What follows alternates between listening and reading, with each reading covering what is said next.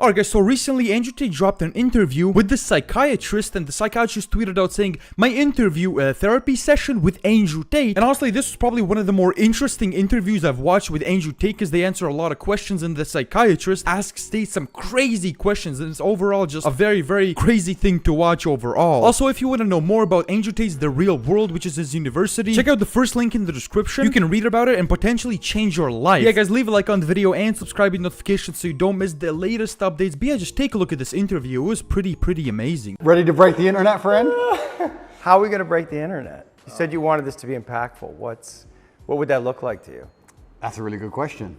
I think a lot of people are interested in my journey. I think a lot of people are interested in how it feels to go through what I'm going through. Yeah. I think there's a lot of people who want me to martyr myself.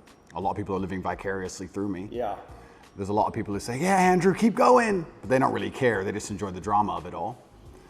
And I think I've already broken the internet, but you're a very interesting man to talk to. And with your insights, I think together, we're going to have quite a large audience. Yeah, I mean, that's a question that I have for you. Why did you want to talk to me? Because I'm a psychotherapist. You have your skepticism about psychotherapy, and yet here I am. That's true. We had a conversation before, and I've been told by many people it was my most interesting podcast ever. So I think it obviously varies from the norm in terms of the normal things I'm asked about. You have some unique insights. And I thought it'd be an interesting conversation. A lot of people are asking me especially about my mental state and those kind of things post-jail. So I thought, well, my most interesting podcast ever. People seem to be very interested in that side of me. So perhaps it can be a good conversation. Does it make you nervous that there may be things that you don't know about yourself that I'm going to try to reveal to you? I know everything about myself, my friend.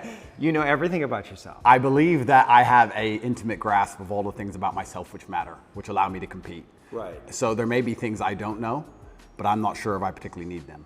So I'm not that interested. Right.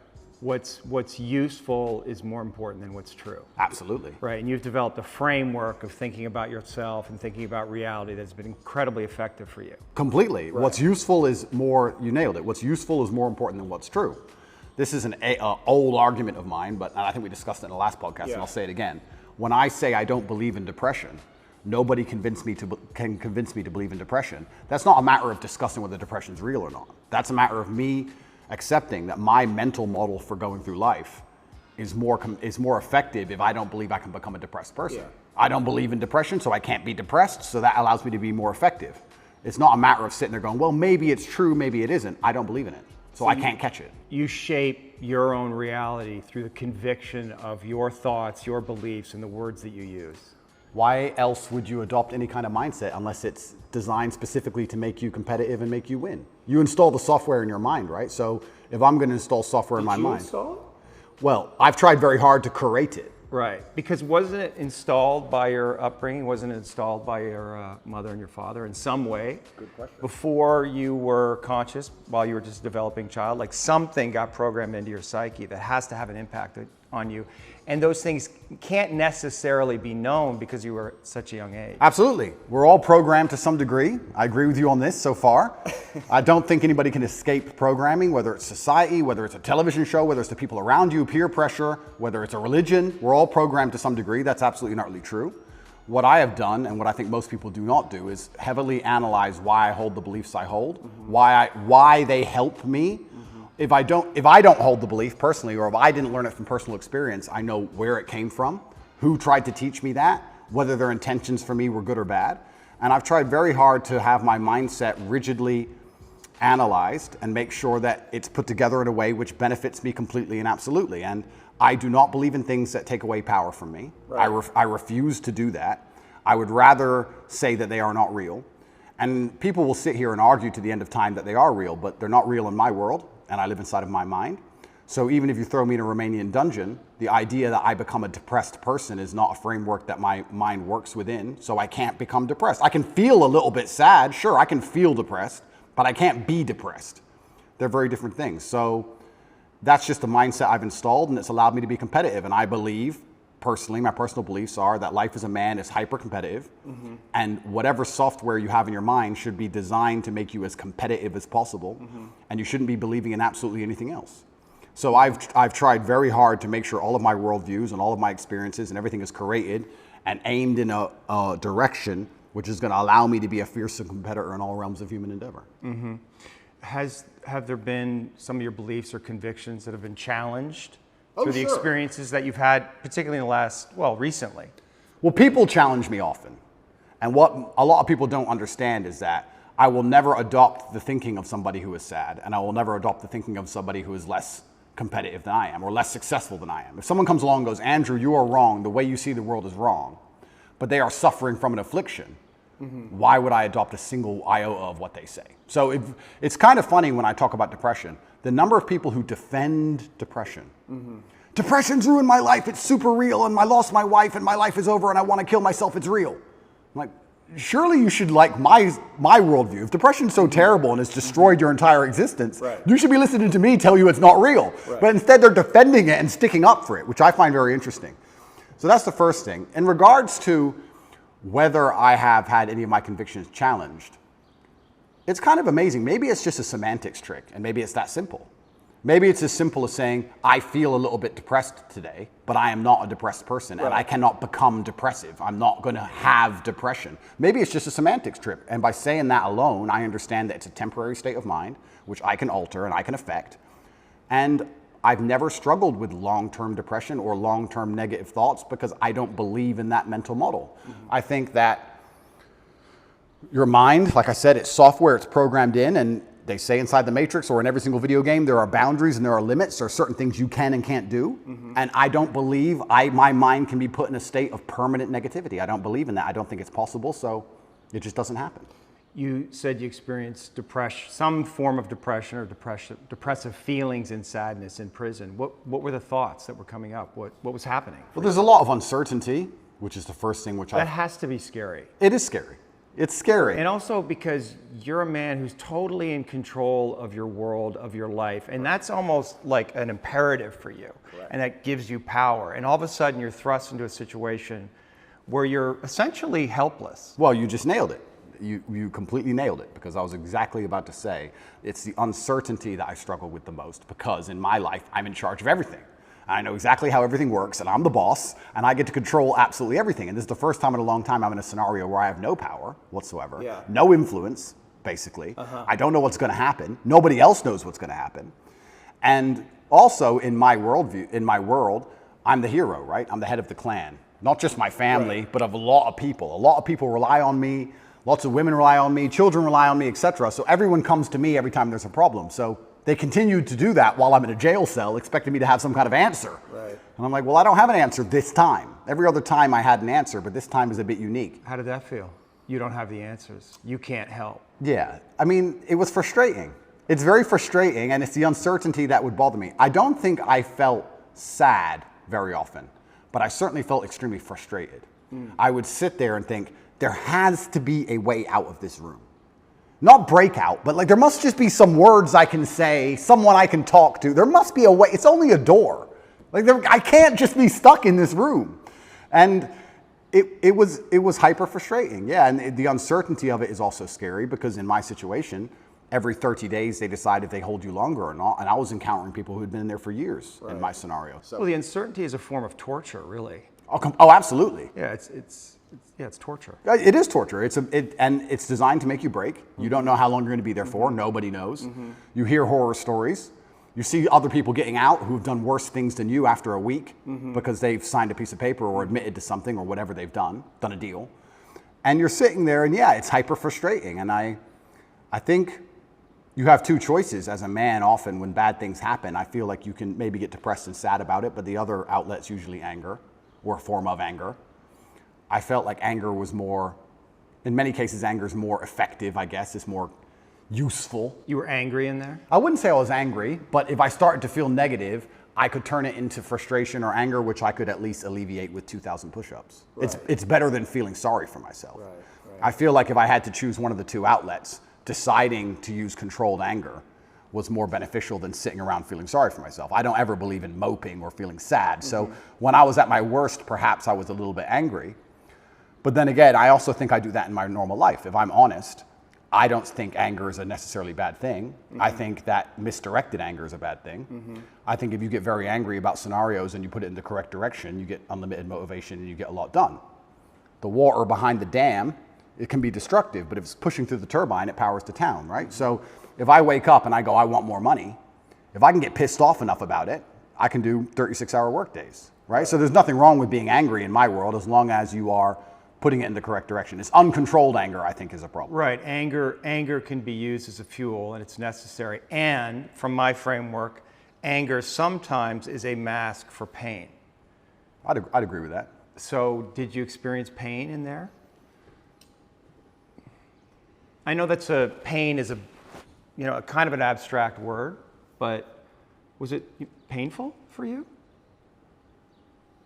Like, I want to know about your pain. Yeah, it's strange because I'm being as honest as possible. It's strange because I had this instilled sense of duty where even though I'm in a jail cell and I can't leave, and even though I'm cripplingly bored, I don't feel like I had time to feel pain, or I didn't feel like I had time to be a victim. You had nothing but time. No, I didn't have time. What are you talking about? Because everyone outside still relied on me. So when I would get on the phone, people would... Is that avoidance, though? I don't know. Do you keep busy? Do you avoid your feelings by keeping busy, being on the computer all the time? All the things I had to do still had to be done. Just because they threw me in a cell, it just made it more difficult, which means I have less time than ever because the difficulty's been increased. And when I would get on the phone, we wouldn't discuss how I'm feeling. I'd be worried about how everyone else is. They'd be like, how are you? Yeah, I'm in jail. What's going on with this? Are you okay? Are your bills paid? Are press hassling you? I was worried about fixing everyone else's problems from jail more than I was concerned about myself or my own mental well-being. And if I felt particularly, when I say pain, is an awkward one. I don't know if I felt pain because I don't feel sorry for myself, and I've developed this mindset of such absolute accountability that even though what happened to me I believe was unfair, and even though I'm completely innocent, I didn't think, why? I didn't think, why is this happening? I didn't think, why me? I didn't think, oh, this is unfair. Like, none of these things crossed my mind. I was like, this is garbage. However, you can't become the most Googled man in the world without, with every light has a dark, right? Like, let's be realistic about this. Yeah. I'm thrown in a jail cell. Do I belong here? No. But am I here? Yes. I was pretty logical about it. And I was like, okay, I've got a lot of things I need to get done. And I would feel angry if I couldn't get them done. But I don't think I felt pain. Now, I'll admit, I don't sleep very well since I've left. Why? I could admit Do you that. know why? I heard you say in one interview that you have nightmares. I do have nightmares, yeah. What are your nightmares about? I don't think they're about anything. I just have almost like an adrenaline rush out of nowhere while I'm sleeping, and I shoot up. I bolt awake. No thoughts, no memories, no real visions? thoughts, no real story. Fear. That's fear. I guess it is, yeah. So so let's just, you're dreams are a reflection of the unconscious. And if you're having nightmares, there must be some unresolved fear that wants to get worked out. I believe so, but then also, I love the idea of that. Of having unresolved fear. That sounds like the most interesting thing in the world to me. If someone were to say to me, Andrew, take this pill and your unresolved fear will vanish, I would say absolutely and utterly not. That's not fun. The fun is there's something in my mind which I don't have complete control or complete understanding of yet, and it's not detrimenting my day-to-day life really. Okay, I lose a bit of sleep, but this sounds like an interesting journey. It sounds like I'm in a new level of the video game and I've been thrust into a dark forest and I get to do something brand new, and I'm really genuinely not worried about it. You're not, yeah, you shouldn't be worried about it. It's just where you are. I'm not worried about it, and I'm also not like, oh, I need to fix this. I don't care. I'll have nightmares, and I'll wake up, and then I'll either go back to sleep or I'll continue to work, and that's life. Maybe life will keep giving you situations in which you'll have to confront that fear to resolve it. Why would I want to resolve it? Well, because... I mean, if I'm really that tired, I'll sleep. No, but fear creates distortions in our mind, right? I mean, fear is the seed of evil. Right? And so we want to know what we're afraid of, because if we block our fear, we're susceptible to bad actions, right? And fooling ourselves about what they are, rationalizing. So I would argue that it's actually vital for you in the position that you are in and the responsibility that you have to actually confront your fear in a very real way, which probably goes back to your childhood. I mean, your dad was, the haircut story, and I don't know if you want to talk about that, if you're willing, but that's it. When I read that, I'm thinking about that little boy. It must have been fucking terrifying. It is, but I do think I had the best father on earth. I'm not disputing that. I mean, there's a lot of good that came from your father. I'm not disputing that your father was a good man. Yeah. When you say he could go from 0 to 100 like that for a little boy, It's scary. it's fucking scary. It is, but And that fear has to be in you. You don't know what the fuck he's going to do. Yeah, completely. Yeah. But I think that's prepared me for life fantastically. And I also think the fear. But have you reached a limit? Have you of the video game? I mean, you're facing all these charges, right? So something, and maybe this is what you need to go through. I mean, you're on the hero's journey, right? And this is inevitable in some way. But also along the hero's journey, you have to die to be reborn. That's true. And I agree with all of that. But if I'm genuinely, I mean, I psychoanalyze myself all the time, which is one of the main reasons I don't believe in therapy and psychoanalysis. Psychoanalyze yourself. Of course you can. I do it myself. You don't think that's hubris? No. That you can know your own mind? That you don't need reflection from others to see yourself? That you can see yourself perfectly? I think that, no, I don't think I can see myself perfectly, but I think that life is a perfect reflection. But why not get help? Why not? Like, Because then it becomes a crutch. I like the idea that I can rely on myself to fix myself. well, you have a coach. Is that a crutch? No, it's not, because he's teaching me something. What's the difference? That's fine, but like if I had an affliction, I would like to be my own doctor. And I think with your mind, you can do a lot of it yourself. And I think if you have a very strict framework in how you measure how successful you are as a human, and I do it through competence and achievement, I say, which mindset do I need to achieve as much as I can possibly achieve? Right. And I can measure that in real time. I can measure that in literally dollars and world championship title belts. I can literally measure the success.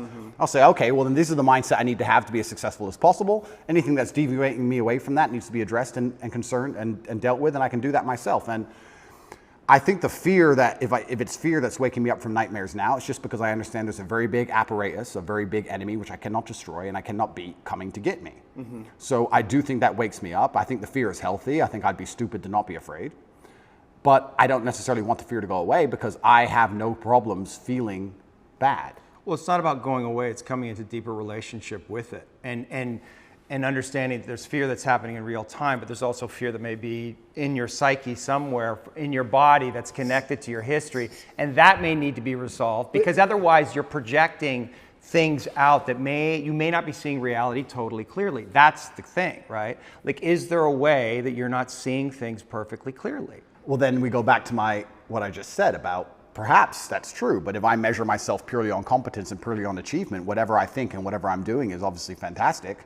So I'm very happy with the mindset I have. And then we go into the argument, which is a level deeper, is am I supposed to be happy? Am I supposed to feel good? No, it's not happy. No, of course, but this is what I don't understand about people, especially men in the world today. Why are they so worried about being afraid? Why are they so worried about, I was afraid every time I fought. Yeah. I fought anyway. Yeah. Like, I don't let fear guide what I'm going to do. I do what I'm supposed to do regardless of how I feel. So I don't see anything wrong with feeling fearful. I don't see anything wrong with feeling stressed or under pressure or anxious. All these things men are trying to get rid of. And I talk about men specifically. I gender this because I'm a man. I don't know how it feels to be a woman. But all these things that people are trying very hard to get rid of from their brains, I don't see why they need to leave. I will argue the point that if I feel anxious and pressured and stressed and fearful, I will get more done than if I was happy.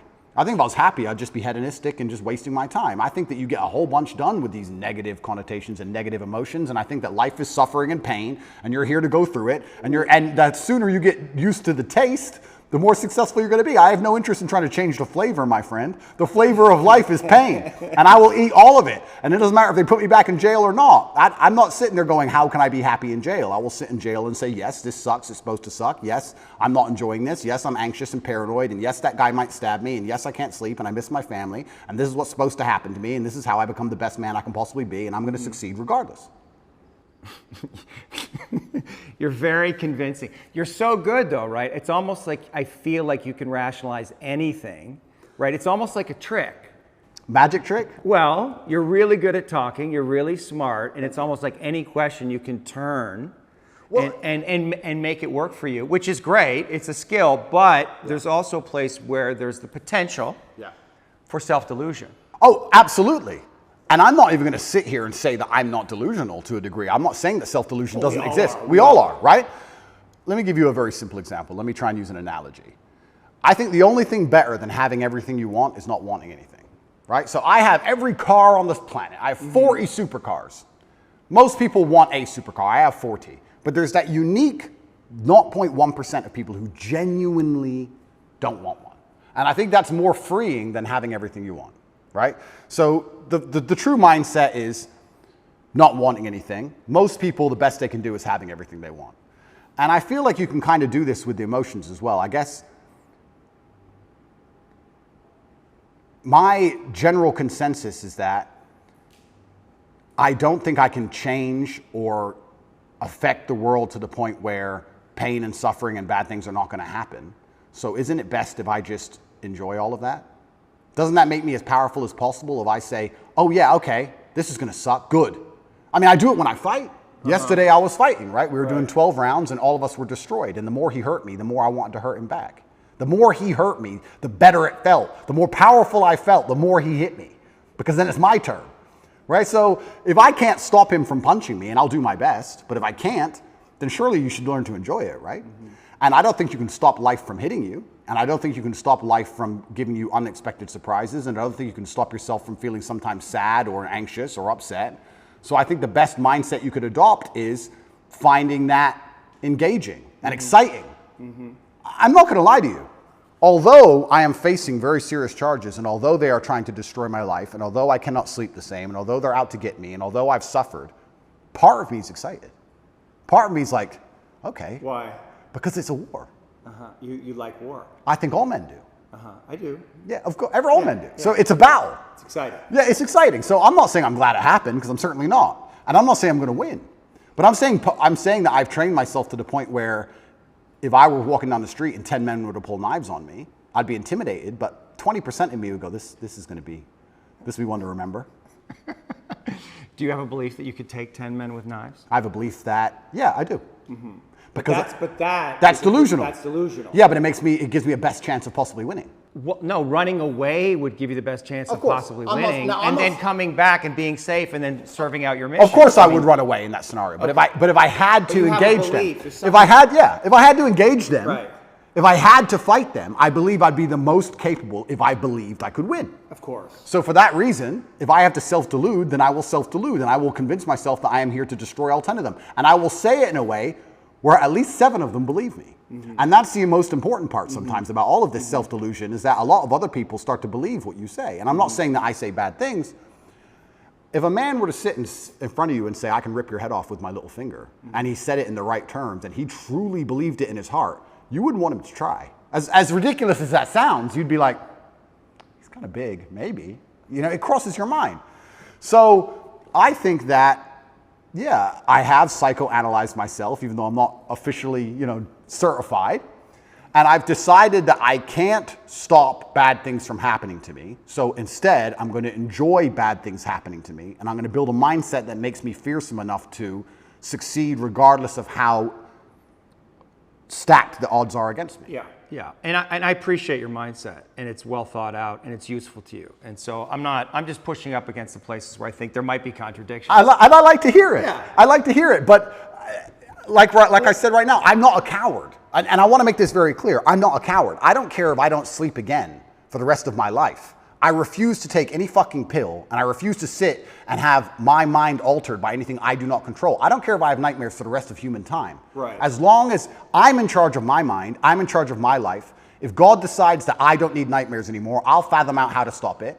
If God decides I need to wake up in the middle of the night in a sweat, fearful or afraid they're coming to get me, then that's God's plan for me, and that's what I'm going to deal with. I'm not a coward. I'm not afraid of any of these things. I'm not afraid of feeling bad. I'm not afraid of anxiety. I'm not afraid of panic. This is one of the things I think a lot of men out there struggle with, is they're so worried and afraid of bad feelings. And to me, that's just showing that you've had an easy life. Like, there's real people out here who are trying to kill you. There's people out here who put a knife in your neck. You're scared of what? Feeling sad? Who cares? Like, there's real problems. What are you worried about feeling sad for? Who gives a shit? I could feel sad for the rest of my life, and I guarantee, 1, nobody would know, and 2, I would be monumentally successful regardless. So why are we even talking about it? I have no fear for a negative feeling. I have fear for me not being able to provide for my children. I have fear for people who rely on me not being provided for and cared for, but I don't wake up and go, I'm worried if I might feel sad today. Who cares? Who cares? I can be happy or sad on the same day. Nobody notices, and the same things get done. The exact same amount of work gets done. Nothing changes. How are you making sense of what's happening to you? Is it God's will? Is it a co-creation? In some way, did you co-create this? Oh, no, Or are you just like a victim of the Matrix? No, I'm not a victim. So absolutely everything is, I believe. In some way you're a victim. Completely, but I believe in self-accountability. Sure. I could have prevented this. Well, how did you co-create this? If let's presuppose you did. I created this by being monumentally successful. Right. There's no light without dark. Equal and opposite force. But you said you were excited about it, so maybe there's some way you actually wanted this. I didn't want this. In fact, I had conversations with Tristan for a long time, and I kept saying Icarus to him. When I would decline, I would decline certain podcasts. I would decline meeting certain famous people. I would decline talking about politics. I would decline things, and I would keep saying Icarus. And he would say, "Why are you doing this?" And I just reply, "Icarus." Because I knew if I got too big that they were going to come for me. I knew that. So I tried to balance it, and I felt like I did a pretty good job, but unfortunately I got it a little bit wrong. My fault. I got it wrong. I put myself here. But I also don't believe that there's any light without dark. It's yin and yang for a reason. I don't think that I can just become the most Googled man on the planet and become monumentally successful and make hundreds of millions of dollars and nothing bad's going to come from it. I think that would be hubris. You just used the word hubris. It's a fantastic word. I think it would be stupid for me to sit there and go, I should be able to do all of this good and have a fantastic life and there's going to be no repercussion in any form. I knew this was coming to the point where I literally sat with Tristan about 3 weeks before it happened and said, we're fucked. So why did it happen? It happened because I became monumentally successful and I became monumentally influential, and the world is a battlefield. You did create it. In some way, you co-created it. Like you knew this was going to happen, and so there may be some way, unconsciously, you wanted it to happen. Like if you're on this hero's journey and you're living this big life and you have a big vision for yourself. I mean, you bring up guys like Genghis Khan, and I think that's kind of appropriate because in another era, you probably would have been one of those cats, right? So now we're here, and maybe you need this in some way, need this test to really feel yourself, to know how strong you actually are. I mean, I know what you're saying. I don't think I need the test. I do feel like I need to tell the truth. I do feel like what's the truth? The truth is, well, the truth about the Matrix? Yeah, the lies? what I believe. And I do believe that I have a responsibility because of my massive platform. Yeah. And I do believe that the responsibility is for me to do my best to educate people in a way that's going to make them happy. And I know I could have sold my soul 1,000 times, and I know I could have avoided this, and I know I could have not said certain things, and I understand all of that. I wasn't looking for a war this large. I wouldn't say I was looking for it, but I wasn't ignorant to the fact that it might happen, and I wasn't afraid. You didn't do anything to avoid it, though. I did a lot to avoid it. You did? Icarus. I must have said it 1,000 times. Right. I could have made it much worse. Yeah. But I was never afraid of it happening. I think there's a difference between knowing something bad might happen and taking the calculated risk and going, this is my journey for truth and this is what I believe is what I should do, and being afraid of something. Like, I understand if I go into the ring, I might lose. But I do believe 93% chance I'm going to destroy him. Well, and you want the fight, either way. I guess so, because how else do you matter, right? That's my point. And I'm not saying that I'm glad I'm being persecuted for false human trafficking inside of Romania. I'm not saying that at all. But I'm saying that... Yet, on the other side of this, how strong will you be? Stronger than you could be otherwise, that's for sure. And have more power and influence otherwise. Absolutely. I mean, it's a Nelson Mandela. Completely. And now, I wouldn't want to spend fucking whatever amount of time in jail. That sounds fucking scary, but... It's not uncommon for heroes. Well, exactly. And if you take the lessons from it, and if we want to once again talk about being as formidable as possible, then I don't think jail, okay, it's given me nightmares, but I don't think it's made me weaker. No. And it could have easily made me weaker. I could have gone through the exact same experience with a different mental model and emerged weaker. I believe I've emerged stronger, regardless of the fact that I have nightmares. I didn't have nightmares before, now I do, but I still see myself as a stronger person. That's one more thing I no longer have to fear from an unknown perspective. I know exactly what it's like. I know the best ways to deal with it, which I developed within the 3 months. And if they put me back, I know what I'm going into. So that's a unknown area of the map explored. Yes. And I don't want to go, but I do believe that I'm more powerful than ever. And you have to find the good in it. That's absolutely not for sure. But I don't think I want to be very careful. I don't think I was looking for this fight. I'm finding the good in this fight I believe that my fight actually has far-reaching repercussions for society now. I think that however this plays out is going to affect society in real time. I wasn't looking for it, but I was never Did you attract it in some way? Well, if you are a force for good, then the evil is going to attack you, isn't it? And I do genuinely believe this is the battle of good versus evil in the world today. I believe that truth is always going to be on the side of good. I am religious. I believe the things I say most people knew were true only 10 to 15 years ago. I don't think they're radical ideas. And I think that there is an evil force in the world which is extremely deceptive. And they are out to try and silence me, not because what I say is wrong. It's in fact because what I say is right. I believe the reason I have so much influence and the reason so many young boys listen to me and pay attention to me is because I say things that are true, that they know intrinsically, evolutionarily, inside of their bones as true, that I say things which work. People often wonder why my fan base is so feverish, why my fan base is so dedicated. Well, if they listen to me, it's the first time they ever feel good. The first time they ever train hard and start to feel better physically, and they start to feel better mentally, and they adopt my mental model, and now they're not stressed or depressed anymore. And then they may start to make some money, and they go, you know what, I started listening to Tate a year ago. I'm in the best shape financially, the best shape physically, the best shape mentally. Tate's the man. So they're hyper dedicated to me. And yeah, I mean, there's going to be a negative to that. I want to make something clear. I've been brutally aware of the fact that all of this might blow up in my face for a very long time. I've not been ignorant to that. And I think that's why jail didn't cause me pain. Because I wasn't in jail like, how did this happen? I was in jail thinking, they got me. I knew it. They've been after me for a long time. I knew they were coming. And I don't know if that's a coping mechanism, but I was saying on every single podcast before I went to jail, they're going to try and put me in jail. I knew it. Right, right. You said that there's a light and a dark. Is there darkness in you? I mean, there must be. There's darkness inside of everybody. Right. And do you know that part of you? Are you in a relationship with it? Do you think about it? That's a good question. First, I have to identify what would the darkness in me be. Well, let me present something to you, because I stood up for you after you got canceled off social media, and I have a lot of female clients, and they had questions about that. I mean, they know me and they trust me, so they're curious. Yeah. But one of them said, "Well, you know, Andrew he's out there saying that he's helping all these young men, but in the beginning, he made his millions in some level exploiting these very men." Okay. That's the frame that they were thinking about it. And is there validity in that, in what they're saying? Because I didn't know how to answer that question. I don't think I exploited the men. I think I exploited, maybe I did exploit the men, but let me change my answer. I don't think me not exploiting them would have prevented them being exploited. I think these men were out to be exploited regardless, whether I did it or not.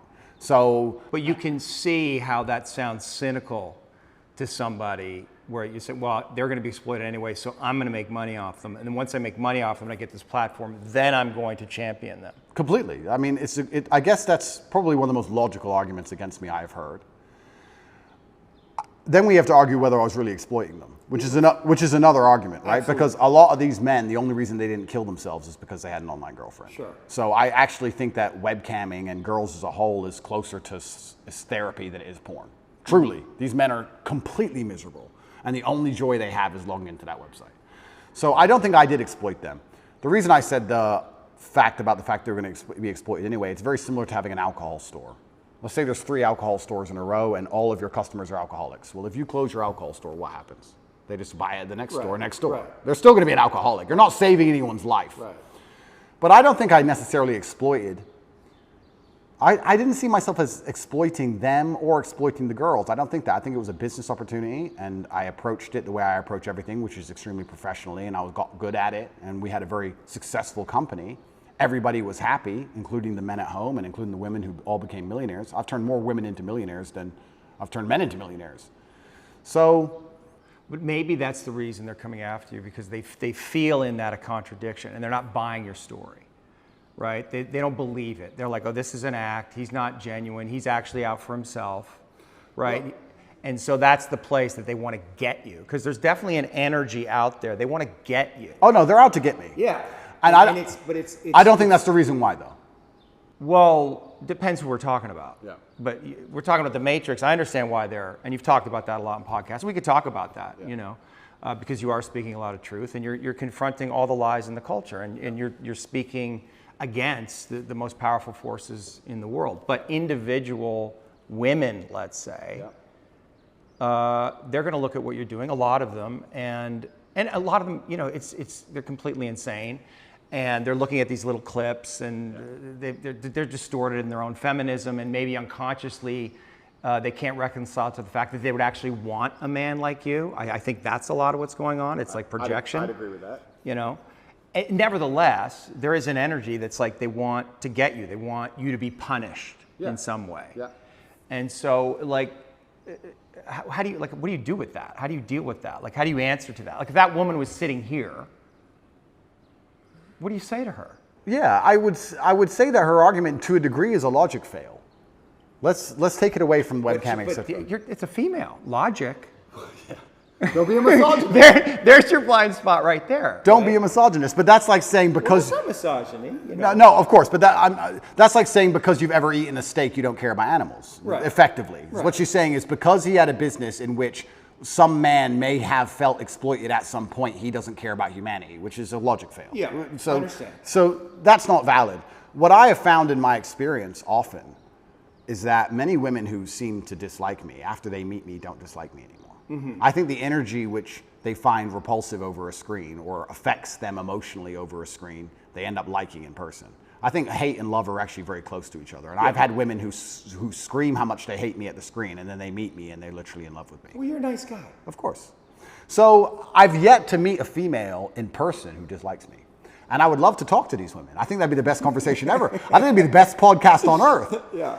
But they are out to get me. They're certainly out to get me. I think that the fact that I'm so assured in a lot of my convictions, they find very threatening.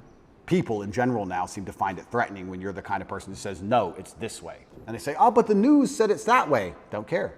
It's this way. And they find that ignorant, but it's not ignorant. I think it's just assured in your convictions, and they find that threatening, very threatening. I think that there's a lot of people who find me threatening, not because of necessarily what I say, but just how sure I am in my convictions and the way I present myself and in my monumental success. They find that overall threatening. The same way a rabbit will find a tiger threatening. It doesn't know why, it's just like, it just wants to run away from it. So is it incumbent on you to then change the way you're delivering the information so more people can hear it? No. No. Because there are some people who cannot be saved, and it's not my intention to save everybody. I have no intention of trying to convince everybody to like me. My intention is to try to speak to the people out there who know what I'm saying is the truth and who like the way it's being presented and said. I, once again, have no concern with being disliked by X percentage of the population. And I want to make this clear. I've spoken to a lot of people who have talked about how their mental health has been affected by, online bullying and media campaigns and smear campaigns. I don't think anybody's been attacked by the media in the last 2 years harder than me. Every day, there is something in the media trying to paint me as a bad person. On TV channels from Ulaanbaatar to Utah, across the entire world. And I can sit here and say categorically, I've never read a media report and been like, shit. I've just been like, clowns. Don't care. That's a lot of energy coming at you. I mean, psychic energy coming at you. And like, have you reconciled to this idea that you're Andrew Tate. You were born, you have a life, you have your own inner world, just doing your thing. And then there's an Andrew Tate that's out there. And people are projecting their love and hate onto you. And it's not, none of it's really real, but you have to hold all of that mass projection. Correct. How is that? Yeah, but then let's psychoanalyze me, right? You're the professional, I'm the amateur, but let's do it. Why don't I care that the media continues to attempt to slander me continuously, and they don't do it to anybody else, and it's unfair that they're doing it to me, because if I was a genuine sexual predator like the people they defend, I'd be protected by these people. We can discuss this, right? Sure. If I was going into girls' toilets, they wouldn't say anything bad about what I was doing. Yeah. So why are they, the fact that it's so unfair and it's so pervasive and it's so aggressive, why doesn't it bother me? Am I ignorant? It doesn't bother you? I don't think it does. Do you block it out? I mean, you must read these things and you see your name But associated with these horrendous crimes. But it's not real. I understand. It's false. But you're able to every fucking bullet perfectly? If what they were saying was true, it would bother me. Yeah. But genuinely, because I know it's all garbage, it's all lies, it's water off a duck's back. And maybe my obsession with truth is obsession, I don't know if that's the right word, but because I believe I'm talking the truth and because I believe the current war we're in is genuinely one of truth against deception and lies, that's their only weapon. Sure. That's their weapon is deception and lies. So everything they say is a lie. So it doesn't really affect me. And I will sit and say that. But I know for me it's painful when I'm not seen. Like my goodness isn't seen, right? Like it's painful, or people misrepresent the things that I say, or judge me because of my association with you. Like it's painful. I'm not seen. Correct. Right? And that can make me angry and maybe cause, I don't know, some kind of negative reaction within me. And I guess I'm just curious, like, isn't it painful in some way? Like people, because there's a lot of people out there, they don't see you. They don't see your goodness. They only see the dark part of you, or they project their own darkness onto you, or their father's darkness, or Trump, whoever the fuck it is. They project that onto you. In some way, isn't that like? But those people are already paying the price. But those people, but for you, I'm saying for you, your inner it doesn't bother me because those people are already paying the price for their ignorance. Their minds are not free. Anybody who sits and watches the news and believes what the news says about me is the same kind of person who believes everything the news says. Right. And if you have two choices in this world, people are talking about the battle I'm in, and yes, I may be spearheading it, I may be at the front of it, but I believe that this war cannot be avoided. You are either at war against the injustice and against the lies, or you're at war with your own mind when you believe they're garbage. It is impossible for a man to believe the crap they want you to believe and be a happy, functioning adult. It's impossible. If you believe the shit that's on the television as a man, you're going to be miserable. So you're either at war with your brain or you're at war with them. Anyone who's going to sit there and go, I believe Andrew Tate is a human trafficker, I have 25 vaccines, I believe in Ukraine. These people are already paying the price because they're already miserable, and I can guarantee everyone who dislikes me is an unhappy person because their minds are enslaved. Mm-hmm. So I don't feel, when someone sits across from me, which has never happened in person, but let's say someone on the internet makes a video about me, right? And these happen. A new Andrew Tate's the worst man ever. I can load up the video and just look at him for a fraction of a second and go, he's paid the price. Right. He's already miserable. If I was that person, then depression would be real. These are fat internet trolls, losers, who can't compare to me in any human metric. They know it, which is why they dislike me. Because anybody who genuinely gets out in the world and looks for truth and looks to be successful and is tenacious and is brave agrees with everything I say. So I don't feel pain when someone sits and says garbage about me because I believe that their mind is already suffering because they're not free. Their mind's not freed. Anybody who can listen to what I say long enough and not be emotional about it and actually understand it, well, those people aren't paying a price. So maybe that's a coping mechanism, but every single time I see a woman who hates me or a man who hates me, and I compare them to the people who like me, there's a massive contrast in overall physical attractiveness, success, financial success. Like, it's amazing. Sure. So it's like, okay, well, my haters are way down here, and the people who agree with me are way up here, so let them hate. Maybe they just resent you. Of course, no, maybe. I think a lot of the reason this is happening to me is, and maybe this is arrogant, but... Are you arrogant? I'm with the therapist, so I'm allowed to be arrogant, right? A lot of the reason this is happening to me is because I'm tall and built, muscles and cool cars and, smart. People don't like me. There's people who look at me and go, he thinks he's too cool. Teach him a lesson. There's a massive amount of resentment involved in all of this. Yeah. Even from the Matrix itself, we talk about the Matrix and I talk about it and people, of course we compare it to the movie. But at the end of the day, there are people moving parts in all of this. There's a prosecutor, there's a judge, there's a lawyer, whatever. Someone is sitting in an office who gets a piece of paper saying, destroy Andrew Tate. And that person looks at my life and compares it to theirs and they feel resentful. And then they go, okay, let me use every power I have to try and destroy this man. Right. If my life wasn't so aspirational is a word you can use, but if it also didn't tick nearly every single box in regards to every teenage boy's dream, I think that they would be a lot less interested in trying to hurt me. Right. They're trying to hurt me because of the things I have and what I can do. So there's a massive level of resentment in all of it. And I also think the people who dislike me, a lot of it's resentful. It's either weaponized virtue or resentment. Right. Especially weaponized virtue. Let's talk about that. Because whenever I have a hater online, it's funny, people who hate me in person are very respectful to me. It's very strange. Isn't it weird how the bottom line of humanity is always going to be physicality? When they meet me, they shut up. Sure. Keyboard warriors are very tough. Of course. But online, It's very hard to say I'm stupid. It's very hard to say I'm not successful. It's very hard to say I'm fat. It's very hard to say I'm ugly. It's very hard to say I'm not charming or I'm not charismatic. It's very difficult to attack me with anything other than the fact I'm a bad person. Mm-hmm. He's all these things. He's perfect in nearly every metric, but he's a bad person. Yeah. Right? So how do you do that? Well, you take a virtue and you weaponize it. Misogyny, homophobic, whatever it is. They pretend they care about the subject when they don't. And they put it into a bullet and they shoot it at you. And it's weaponized virtue. It's not genuine virtue. These people who are saying I'm a misogynist don't care about women or care about combating misogyny. They just want to try and hurt me with it. Yeah.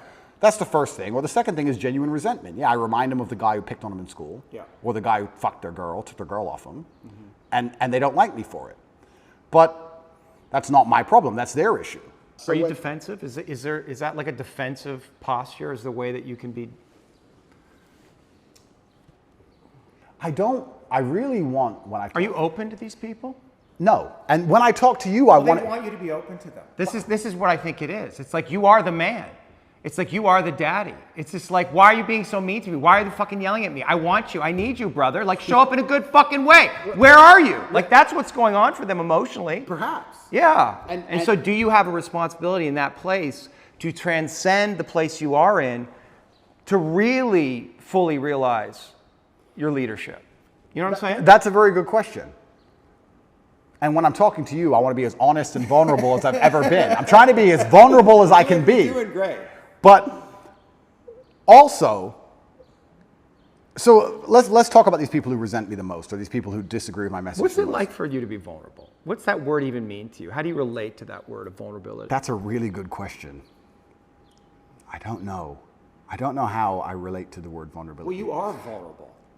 You can't put yourself out in the world like this to be seen. That is a vulnerable act. Getting into the ring with another fighter where he might kick your ass, that's vulnerable. That's intense vulnerability. I think emotional vulnerability, nearly at every form, at every level, is basically a form of manipulation.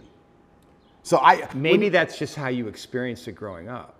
Perhaps. Was your mother emotionally manipulative? No, but if a girl cried in front of me, I'd believe she'd be trying to get an out. I don't think it's just because she feels bad. I think it's because she's trying to get a reaction from me. And I think when men cry to their wives or whatever, a lot of it is trying to inspire sympathy from her. I think a lot of emotional vulnerability to a degree I would argue that is all manipulation. Like then that would indicate that in some way that you are manipulating.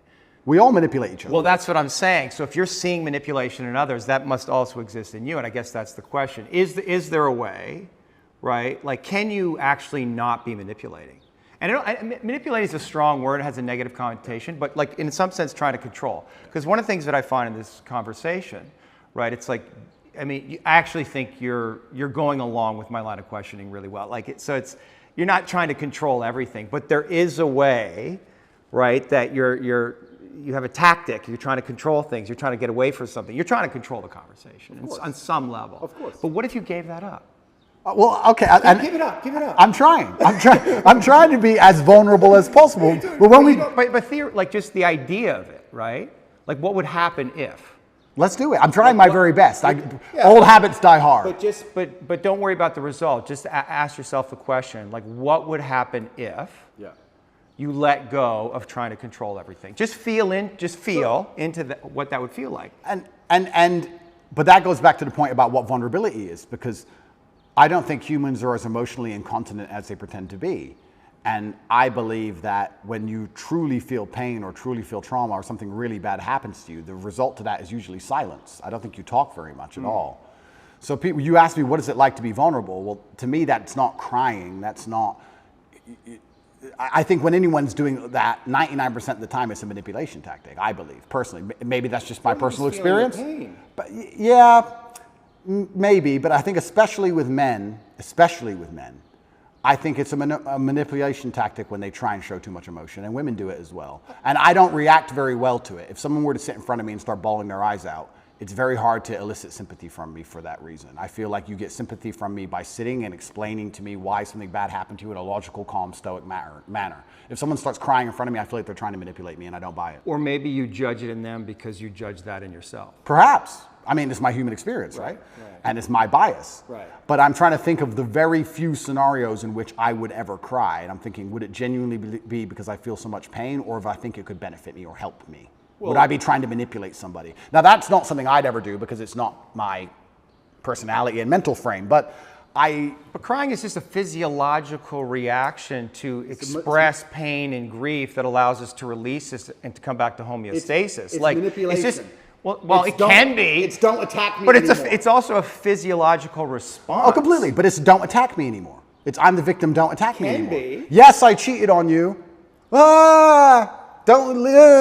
It's a shield. And so when we talk about what does vulnerable mean, I feel like I'm being vulnerable now when I'm explaining things extremely logically. You are. That's as vulnerable as I can be. I cannot be the kind of person who's going to cry. But once again, this is my mental model. I haven't instilled. But is that what it means? Vulnerability, cry? I guess vulnerability. What about admitting your weaknesses? I'll admit my weaknesses What right are now. your weaknesses? Then this is so interesting because I will tell you. No, it is because I'll tell you I'll admit my weaknesses, and I will. But now I have to try and identify some because in my mental framework I don't have weaknesses. Right. So now it's like, okay, I am prepared to admit where I'm weak. Where am I weak? Well, I've tried so hard for so long to make sure I'm not weak anywhere. And if I am, I've compensated so heavily in some other way, I don't fail. So it's like, where am I weak? I'm that guy who does not fail. It doesn't matter what scenario anybody's life is in. It doesn't matter if you get dumped into jail. It doesn't matter if you're going into war. It doesn't matter if you're bankrupt. Whatever it is, if someone says Tate's on your side, you feel good. Oh, Tate's here. Ah, Tate, okay. Yeah. He can't even swim, but he's here to he's the lifeguard. Tate doesn't fail. I can swim, but it's an example, right? So I do not fail ever. So it's very hard for me to identify weaknesses because I feel like they've all been ruthlessly, I think I've rooted out any weakness or I've compensated so heavily so long ago. I don't see myself as a weak person. I don't see myself as a person who can fail. People said to me in jail, how did you handle that? What else can I do? Not handle it? What does that look like? I'm gonna bang my head on the wall like a dummy? Am I gonna have a breakdown and just be a pile of mush? All you can do is handle it. So you were talking about vulnerability. I'm being as vulnerable as I can, but I can't even honestly sit here and tell you a weakness I have because in my mind I have no weaknesses. And perhaps that's delusion. Perhaps that's perhaps it's delusion. Yeah, but But a useful delusion is what you're saying. It's brutally useful. Yeah. And when I teach this or when I talk about this, there's a lot of men who perhaps want to adopt it, but the mistake they make is they don't have the real world experience to back it up. I don't want people to be completely lose their minds. Yeah. We're not talking about that, but we're talking about the fact that I can name so many scenarios in my life where I was supposed to fail and I did not fail. It's brutally realistic, it's brutally logical, it's built on competence, it's built on real world accolade and achievement. Everything I've ever wanted, I have achieved and I have gotten. I have never failed at anything I've ever wanted, ever. So how am I going to wake up and say, oh, I've got this weakness, that weakness, when I have a 100% success rate? 100%. There's never a girl I wanted I didn't get. There's never a car I wanted I didn't drive. There's never a scenario where I said, I want to get through this, I didn't get through it. I've never failed. So of course I'm going to sit and say, yeah, I would love to tell you my weaknesses. I can't think of any. I don't know. Right, but are you being humbled right now? Is this whole series of events humbling you? It's taught me things I already knew. I know you can't be bigger than a justice system. I was saying Icarus for a reason. I knew they would come for me. I know I'm only human. But you're not do you? I do. I'm just a very good one. I'm just a very good one. Is there somewhere inside you a belief that you're invincible? Like you can't get got? Because that is a dangerous fucking distortion. No. I wouldn't have been saying Icarus for that reason. right. I'm actually far more cautious than most people would believe. I err on the side of caution. You're tactical. I'm very tactical with all of my life. Even the security I organize, the places I stay, where I go, I'm extremely tactical. I don't believe I'm Superman. I just believe that I do not fail. And because you have no weaknesses, doesn't mean you can't lose, right? You can be strong in all realms and still lose. There are world champion boxers who have no weakness. They do everything right and they lose fights, right? So I'm not saying I'm invincible. I'm just saying if you ask me to name my weakness, I can't think of one. What should we ask the guys? Sure. You can ask people. You can ask people around me. I would love to hear it. And I guess I can tell you what people say about me. Well, actually, that's a good question. Do you feel like you get? I mean, I guess Tristan, but you get honest reflection. Can you trust the reflection? Because you're at the center of this kind of empire, and you have all of these friends, but can you trust the information that's coming to you from anyone? Because everybody's, I mean, I'm here in some way for my own self-interest, right? Yeah. And the fact that you trust me was interesting to me. You let me in your house, so I assume that you have some kind of instinct about it. Yeah. But that must be hard, like, to trust. I get a lot of feedback, and it all goes into a big pile, and I listen to every word that's said to me. I'm not the person who's beyond reproach. Everyone I work with, a lot of people have said things to me, and I'm told about myself quite often. Yeah. And I put it all in a pile, and I analyze every single word carefully. I ignore most of it, but I do listen to it. And I guess the number one bad or negative thing that people will say about me who know me is they may say I'm very insensitive. I hear that sometimes, usually from women. You're insensitive. I'm insensitive because I think once you become a ruthless problem solver, you come across to a degree as insensitive. We have this big issue and everyone's crying. Okay, stop crying, fix the issue. Right. You have to be insensitive. Okay, what are you crying about? Let's fix that. Right. Well, you know that's wrong. Well, a lot of people want to vent. They don't want to fix the problem. They want to cry. Well, they just need you to be with them and say, I understand, here you are, exactly. Baby, I love you. Completely. You're rolling your eyes. Yeah, but that's what I'm saying. So when you become a ruthless problem solver, you become to a degree insensitive. Now, there are some scenarios which that doesn't work, right? There's some problems you can't fix. The death of a loved one, that's different. Yeah. But if people are crying about something which is very fixable, it's very difficult for me to be interested in their crying. And I'll tell you why. Because if I have a set standard for myself, if I wouldn't allow myself that luxury, it's very hard for me to give it out to everybody else. If I don't allow myself the luxury of being incompetent because of an emotion, then it's very hard for me to look at others and go, well, you're allowed to be incompetent because of your emotions, and you're allowed to be incompetent because of your emotions, and I'll just deal with the struggle of never being incompetent ever, regardless of how I feel. If I have standard for myself, I'm going to implore my standard or imply my standard on others, and if they don't meet that standard, then they're going to call me insensitive. What would you have to give up to become more sensitive, particularly to your women? I'm a very sensitive, romantic, nice man. Yeah. In general, I'm actually a romantic man. I get called that a lot. No one calls me cold. Right. It's different. You're loving? Completely. But when it comes to problems especially, I can be insensitive. You default to problem solving. Absolutely. And that's not what they want. What's the issue? They want you to just understand and hold them. They want to cry about the problem a while. And time is time is money. Time is money. I'm like, okay, yeah. Boom, boom, fixed. Right. No, but you don't understand. I do understand. Now it's fixed. Shh. Next. Like, I think that's just competence. And I think that's genuinely, I think most men are kind of like that. Perhaps I'm just hyper like that. Yes. So I get called insensitive sometimes. What else do people say negative about me? This is interesting. Are you arrogant? Well, the difference between arrogance and reality is just competence, isn't it? Say that again? The difference between arrogance and a healthy grasp of reality is only going to be the competence of an individual. That's one way of looking at it. But if I can kick the fuck out of everybody, for example, and I say I can kick the fuck out of everybody, am I arrogant? Not necessarily. It depends on the kind of energy of it, right? But I mean, one might say that arrogance hides insecurity. Like, are there places where you're insecure? That's another very good question, but let me think about this for a second and answer it, because these are questions that have never been asked before. But I don't, okay, so what am I insecure about? This is another point, and maybe this is a personality characteristic, which is interesting. I don't do anything I'm bad at ever. Oh, like sing? Yeah, like sing. I cannot sing, so I will not sing. And I'd love to hear you sing. I'm sure you wouldn't. But maybe that once again shapes my reality, because I refuse to do anything I am bad at. If I'm bad at it, I hire someone else to do it, or I find someone else who's good at it, and I offer value to them to do it. I don't do my entire reality. Why? Because you don't want to, I mean, there's the things you're incompetent in and you have time, but like, because you're scared to look foolish or not be good at something, and people are going to see, oh, Tate's not so great at everything. No, I don't think it's emotional. I think it's purely logical. I'm thinking about my day. Every single thing I do are the things I am absolute best at. Mm-hmm. If I'll put boxing gloves on after this, and I'll go fight, and I'll beat everybody. I'll destroy everyone. Mm-hmm.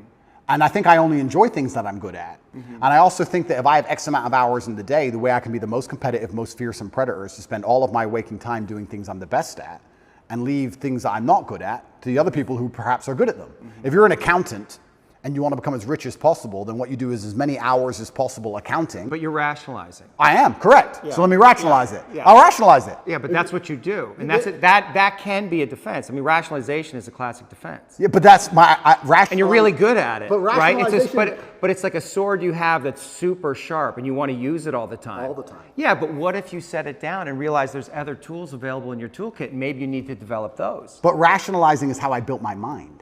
It's all. You don't have to give it up. The sword's right there. You just have to use it all the time. But it's all, my entire framework and how I view the world has all been one massive rationalization, and it's let me build a reality which is exactly But what I wanted it to be.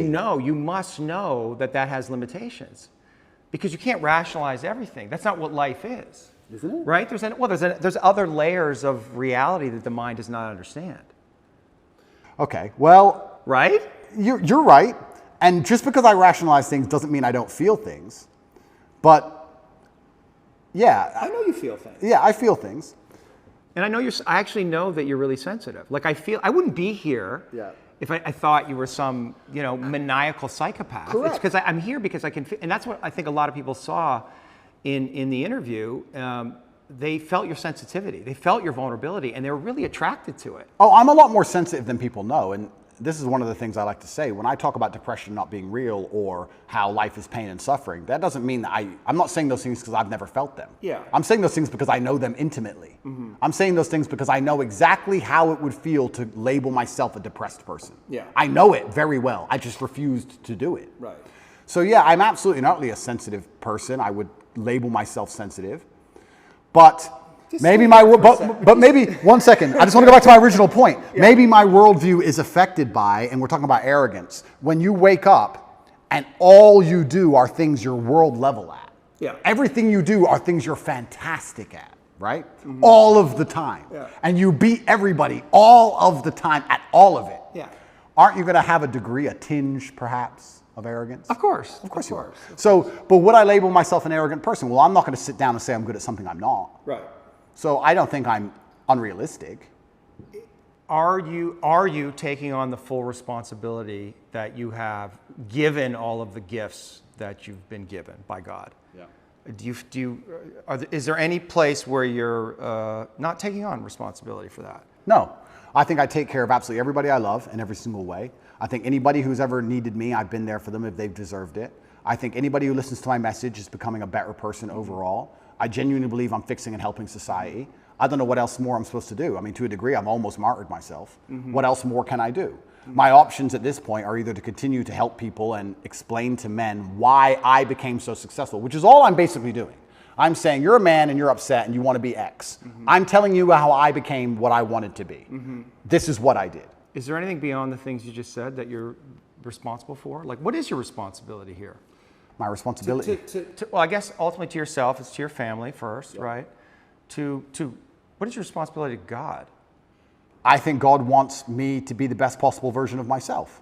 I think that God dislikes people who are lazy. I said this to somebody once and he got very offended. I said, God doesn't like lazy people. God has created you and he wants to see the absolute best you can be. I think that if you don't take care of yourself, God has no interest in taking care of you. If you have a Ferrari on the drive and you don't take care of it, who's going to take care of it? Nobody. I think that taking care of yourself and being the best possible version of yourself you can be is how you please God. I think that's one of the best ways to praise him, is to wake up every day and say, I need to be the strongest, smartest, fastest, most fearsome, most stoic, most capable man I can possibly be. This is how I please God. So I think your duty to God is also these things. And that's another massive source of strength that I get. When I'm alone in a jail cell, I understand that God is still watching. And God would be unhappy if I couldn't handle it. I don't think, maybe we can talk about God, or we can also talk just about basic cosmic balance. I don't believe you can become the most famous man on the planet calling yourself the top G without the universe testing if you're really about it. I don't think you're going to get to a point where the universe, whatever you want to call it, is going to say, is he really the top G? Yeah. And you're going to have to prove it. If you walk through life and say, I'm made of iron, I'm Mr. Tough Guy, sooner or later someone's going to check you and find out if you are or not. Right. So when I was doing this for a very long time, I wasn't ignorant to the fact that something's going to come along and see if I am who I am. So when I'm sitting in a jail cell by myself with cockroaches all over the floor, I'm like, okay, this is my chance to show I'm not full of shit. Right. Was I full of shit? No, I wasn't. Am I going to allow everything I've ever said and my last name and my duty to God and everything to go down the pan, or am I going to just man up and fucking win? Right. So I saw it, I guess, to a degree as an opportunity, but there was a massive burden of responsibility on me on how I had to perform. I didn't have time to be depressed or sad. This is what I'm saying to you earlier. I didn't have time. I had things to do. Top G's kids can't eat. Top G's women can't pay the bills. Top G's business is over. No, I had to fix all of it from jail and fix myself and get out. I was very busy inside of my brain staring at a wall. So I didn't have time for this. And this is another thing I try and explain to people, and I don't understand about. And I talk about men specifically because I understand how to be successful as a man. When men say to me they're depressed, with unlimited options, with the capability to become anything you desire, with God giving you a full and able body and mind, how do you have time to be depressed? Mm-hmm. You have so much you could do. Mm-hmm. There's so much that you need to do to be your best self. And you're competing against men like me, and you're finding hours a day to be sad? Mm-hmm. No wonder you're going to perpetually lose forever. Right. That's suicide. So how do you find time to do this? Mm-hmm. It's brutally ineffective. You have a brain, you have a mind, you have a mental model. You can't think of everything. You can't do everything. You can only have certain frameworks instilled inside of your mind. Mm-hmm. As a man, you should be hyper-competitive. You should try and be the best version of yourself you can be. You're competing against every other man on earth for the girl you want, the car you want, the house you want, the watch you wear. It's all competition. You should be as competitive as you possibly can. Anything that's inside of your mind which doesn't allow you to be competitive should be erased. This is why I can't name a weakness. Right. I can't name a weakness I have. Right. I've compensated so heavily for any weakness that may exist, I don't even see them anymore. Is your belief in God tied into this concept that we talked about, that what's useful is more important than what's true, or better than what's true? So we don't, do we know that God exists? I mean, we don't know. Correct. But it's useful to believe in God. That's a very good question. I think that believing in God certainly makes you more powerful, which is proof for God. If God makes you more powerful, then God is real. So maybe that's very simplistic, but if I believe in God and I'm a more powerful version of myself because I believe in him, then he must exist. Yes. God has made me more powerful. Well, it's the act of believing him that makes him exist, which is another way of saying what you just said. Correct, yeah. So this is why I believe faith is such an important thing. But I think everybody has a God anyway. Yes. There's no such thing as atheists. If you look at the people who say, oh, I don't believe in God, they worship a flag and a vaccine. Yeah. So everyone believes in something. Yeah. So you have to decide what your religion is. And I, once again, refuse to believe in anything that takes away power from me. I believe in things that make me more powerful. And I believe that believing in God gives you a new degree of strength. And I also think everybody to some degree believes in God. I don't care what anybody says. If you put anyone in that submarine just before it imploded, everyone would pray. Yeah. Everyone. Yeah. So it's ignorant to even say you don't believe in God at this point. It's interesting that you chose Islam, and I heard you talk a little bit about how you see God in Islam as kind of, you know, I don't know, harsh, but like firm and directional and clear, and this is right and this is wrong, which sounds a lot like your dad. Well, it sounds a lot like life. Yeah, like life. There's right and wrong in life. All this complete subjectiveness, this mush they're trying to create, is done on purpose to confuse us. Yeah. I like the idea of right and wrong. I like the idea of not having a choice. If you walk in, if you're hungry and you walk in to buy a sandwich and there's 100 sandwiches, it takes 10 minutes. If there's one sandwich, isn't life easier sometimes? Yeah. So all this subjectiveness and all this choice and all this garbage, sometimes when I'm like, okay, I want to be a good person, I want a framework to adhere to that makes me a good person. Well, this is very clear. Yes, no, easy. Do you have like embodied experiences of God? Like, do you relate to God in that way? You know, I don't want to say supernatural, but like, do you feel God? I absolutely feel him, and there's certain times where I may feel particularly energetic. When do you feel God? So, usually when I'm feeling powerful. There's been times I was in jail and I just got up and I just felt like, you know what, like just shadow boxed a bit. I don't know. It's like you just felt it. Like I'll be okay. I will win. I don't feel God when I'm sad or something like that. I think that the whole idea of spirituality, and I believe God himself, he wants the best for you. And it's interesting, how we're tying religion to my worldviews, because my worldviews were the same before religion. I guess before it was the cosmos, or just the way the universe works, or light, dark, yin, yang, etc. I still say these things, but now I attribute a lot more of it to spirituality, a lot more of it to God. And yeah, I chose Islam because it's firm, and I believe that I'm a person with firm principles. So I'm obviously going to liken myself, or I'm going to feel an affinity to a religion that has firm principles, because that's who I am as a person. I'm a person who's principled, yes, no, and I have no problem with people sitting with me and saying, what you're saying is bigoted, or what you're saying is wrong, or what you're saying is insensitive. I think Islam also has a similar issue. Yeah, I think you also chose the winning team. Oh, it's completely the winning team. I mean, It's the winning team. Yeah. And it's the winning team. And I didn't choose it because it's the winning team. It's just the winning team because it has principles. yeah, I agree. And unfortunately, when you have no principles, if you don't believe in it, if you have no hard line, if you'll accept anything, then you don't believe in anything. Yeah. As soon as you'll accept anything, then you have no hardcore beliefs.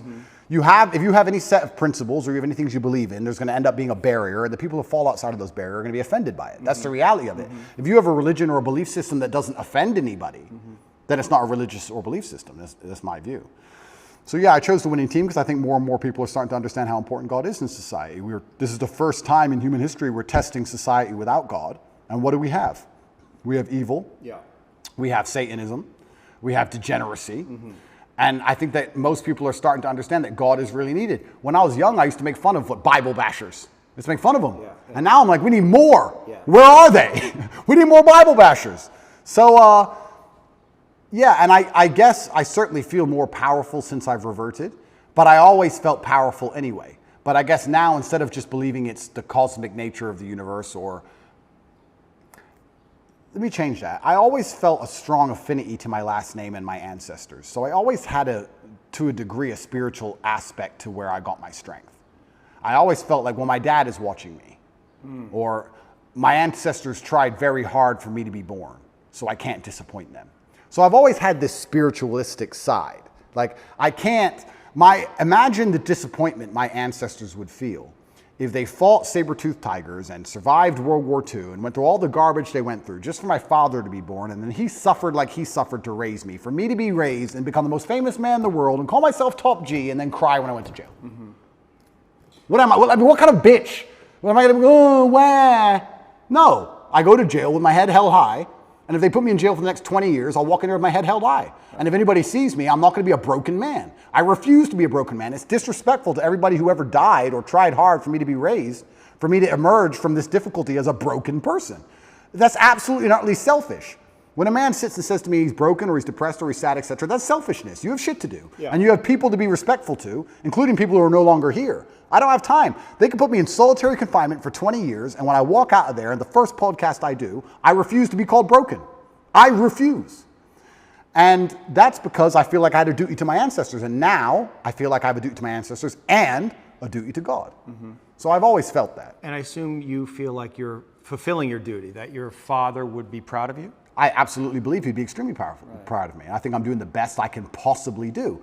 And there's something that people say, you tried your best. And that's true. But a lot of people overuse it. People say, oh, well, you didn't get it, but you tried your best. 99% of the time, they didn't try their best. People don't actually try very hard for things anymore. I am truly, genuinely trying my best. I don't waste a minute of my day. Before this podcast, as I set up cameras, I'm working. I don't waste a minute of my day. I do not miss a training session. I do not miss an email. I do not make mistakes. I'm on it. So I'm trying my absolute best. If I fail, for the first time in human history, then I failed. But at least I get the satisfaction in my heart of knowing I actually really tried my best. Most people don't get to get that satisfaction because they know deep down they could have tried a bit harder. Whereas if I end up in jail, I'll be like, Andrew, you did everything you could have done. So that gives you a level of peace. I did my best. My ancestors are proud of me. God is proud of me. I did my absolute best. I couldn't have possibly done better. And I got hit with a lucky punch, and that's life. And all I can do is just smile regardless. Are your oration skills, is that an art, do you think? I think that if you don't have the ability to make other people understand exactly what you think, that you're going to struggle. But is it an art? Like when I watched you with PBD and you got in these zones, and you do it all the time. I mean, you're doing it right now. You get in these zones where it's just like you're just flowing. I mean, it's almost, you could say it's a God state, right? It's a flow state, and it must feel really good. It does. Yeah, like, It feels good that you never run out of things to say, and it feels good that I already have 10 things I want to say lined up before I say the first ones. And you know how to say them perfectly, and your voice is clear and resonant, and you're embodied in it. It's a skill. It's a skill. Well, but it's almost like an art, because I was watching you and I was thinking, this is like watching, Charlie Parker play the sax or Michael Jordan play basketball. I mean, you really, and people might say, oh, those are exaggerations, but I don't think so. I don't know that I've seen somebody who's able to do what you do. But that's emotional. So we'll talk about how I'm actually quite a sensitive person. Yeah. I think the reason people believe what I say is because they can feel that I feel when I talk. yes. And it's because I feel things. Yes. So I'm not a cold person at all. I'm just a person with a lot of emotion that I try and control and channel in the correct directions. But I think that, yes, it's a superpower to a degree. Well, I think that's why one of the reasons that people are so drawn to you, because you let whatever wants to come through. And it's also why so many people hate me. Yeah, of course. Yeah. Because there's no light without dark. Yeah. There's there's no joy without pain. You can't have a rainbow without little rain. That's how it goes. So I think that it's definitely a superpower for life. It's something I'd encourage every man to learn how to do. Yeah. It's certainly something worth practicing. It's the reason I don't learn another language, because I haven't mastered English yet. Right. So I refuse to learn another language. I can't imagine me and my personality and Andrew Tate stuttering in Spanish. It just be like, what is this garbage? Yeah. So I don't have time. Yeah. So Yeah. I will only speak English for the rest of my human years. That's it, because I have not learned every word in the dictionary yet. Yeah. But yeah, I guess to a degree it's a superpower. It's extremely beneficial in all aspects of life, especially relationships. I'm not going to lie. I don't argue with women very often, because any woman who respects me and listens to me, I can very quickly and compendiously explain exactly why I'm correct. It's maybe the most powerful skill. The most powerful thing about it is there's two levels to it. One, making people understand exactly what you think. Yes. And the second one is making them think what you think. Right. And if you can do the second one, Do you like to make people think what you think? Because you have a lot of influence. yeah. And that's got to feel good. You're influencing people. You have this worldview. It's a powerful worldview. It's got all these things, and so you want to influence other people in some way to adopt that. I think that charity, even of itself, I think charity is probably one of the most selfish things you can do, which most people say, I'm giving money. I give $25 million a year. There's a website, tatepledge.com, you can see it. And I feed children all across war-torn countries, mainly in the Islamic world and in Africa. Am I doing that for the children? Yes. But I also feel great. I feel good for doing that. Of course. Yeah. So it's not a selfless act. No, nothing selfless. Nothing selfless. And it shouldn't be. And it shouldn't be, that's right. So when I'm helping all these people out here, I'm not doing it because I'm some philanthropist. I feel good helping people and people sending me emails saying, you changed my life. I feel good about it. I'm not going to sit here and pretend I'm just Mr. Philanthropist and I just care about the world. No, I like helping people because I feel good about doing it. It makes me feel good inside, which is why I do it. So yeah, I use my power to feel good. And I think the easiest way to feel good is to make others feel good. I believe that humans exist that way, and I think that's why we're societal animals. Even in jail, when I felt my worst, my goal was to make someone else smile. Because if I can make someone else smile, I would smile. So if on my worst days, I was my most charming, my most energetic, my most interesting, my most talkative. Yeah. I was happiest on my worst day because I decided that's how I have to be to stop myself feeling bad, because I decided. I also feel like, it's kind of interesting. No one's emotionless, and I certainly feel things. And I'm going to come up with a theory, which you're going to call complete garbage, because I am not qualified. But this is my theory. Yeah, go for it. I believe that emotional energy is a lot like a bucket of water. You have all this emotional energy, right? You have a bucket of water. And then you have a bunch of different holes you can pour it down. So I believe if you wake up one day and you feel particularly depressed, you don't feel depressed. You just have a lot of emotional energy that day. Some days you don't have that much emotional energy and life is pretty calm. But some days you wake up and you have this big bucket of water, and the superpower is deciding which emotion you're going to put it in. Not to not feel the energy, but to decide which emotion you're going to put it in. And I think that's my superpower. I don't have the superpower of being able to stop myself feeling things. Yeah. I have the superpower of being able to choose how I use that energy and what I decide to feel. And then if you want to be hyper successful as a person, you have to be very careful to avoid the happy hole. Because happy is what everyone thinks they would choose. If you had this emotional energy and could choose any emotion, you'd choose happy. But if you choose happy, you don't get much done. What do you choose? I choose if I had to choose how I wanted to feel all the time, I would choose proud. And proud means you have to work. Proud means you have to do things. You have to achieve things. If you want to be proud and be realistic, you have to do fantastic things. So my default favorite emotion is proud. Right. That's how I'm happiest when I feel proud about anything. Well, and the organism releases dopamine in the brain when we do hard work and is why I accomplish have to win. tasks. I have to win all the time. yeah. I love proud. feel good. You do it to feel good. Yeah. I don't like happy. If I feel happy, giddish happiness like a child or like a females usually default to happy. They don't care how they get there. They just want to get there. Right. They just want to feel happy. Right. I avoid the happy hole because I think people who are desperate to only feel happy are the ones who are addicts. You know, gambling addicts, drug addicts, drink too much, do dumb shit. It's all temporary, no delayed gratification. That's how you destroy your life, choosing the happy hole. So we were talking earlier about jail and how when I felt particularly bad, I'd wake up with a whole bunch of emotional energy. It's unchanneled, it's a bit wild, so I guess that can be perceived as sad you're out of or your depressed. routine, You're out of too. your routine. So I would sit and go, okay, I have all this emotional energy today, where am I going to put it? And I'd put it in a place where perhaps on that day I might feel happy, or perhaps I'd choose something else, but I would try my very best to take all the energy and put it into a place where feeling that emotion was the most competitive emotion, or was the perfect emotion for me to be as competitive as possible in that particular scenario. So yeah, on days where I woke up and I felt a little bit sad, I'd be like, okay, I'm going to turn the charm on today. I'm going to make everybody laugh. Right. And by the end of the day, I felt fantastic. Do you think God wants to break you? If God wants to break me, he's going to do it.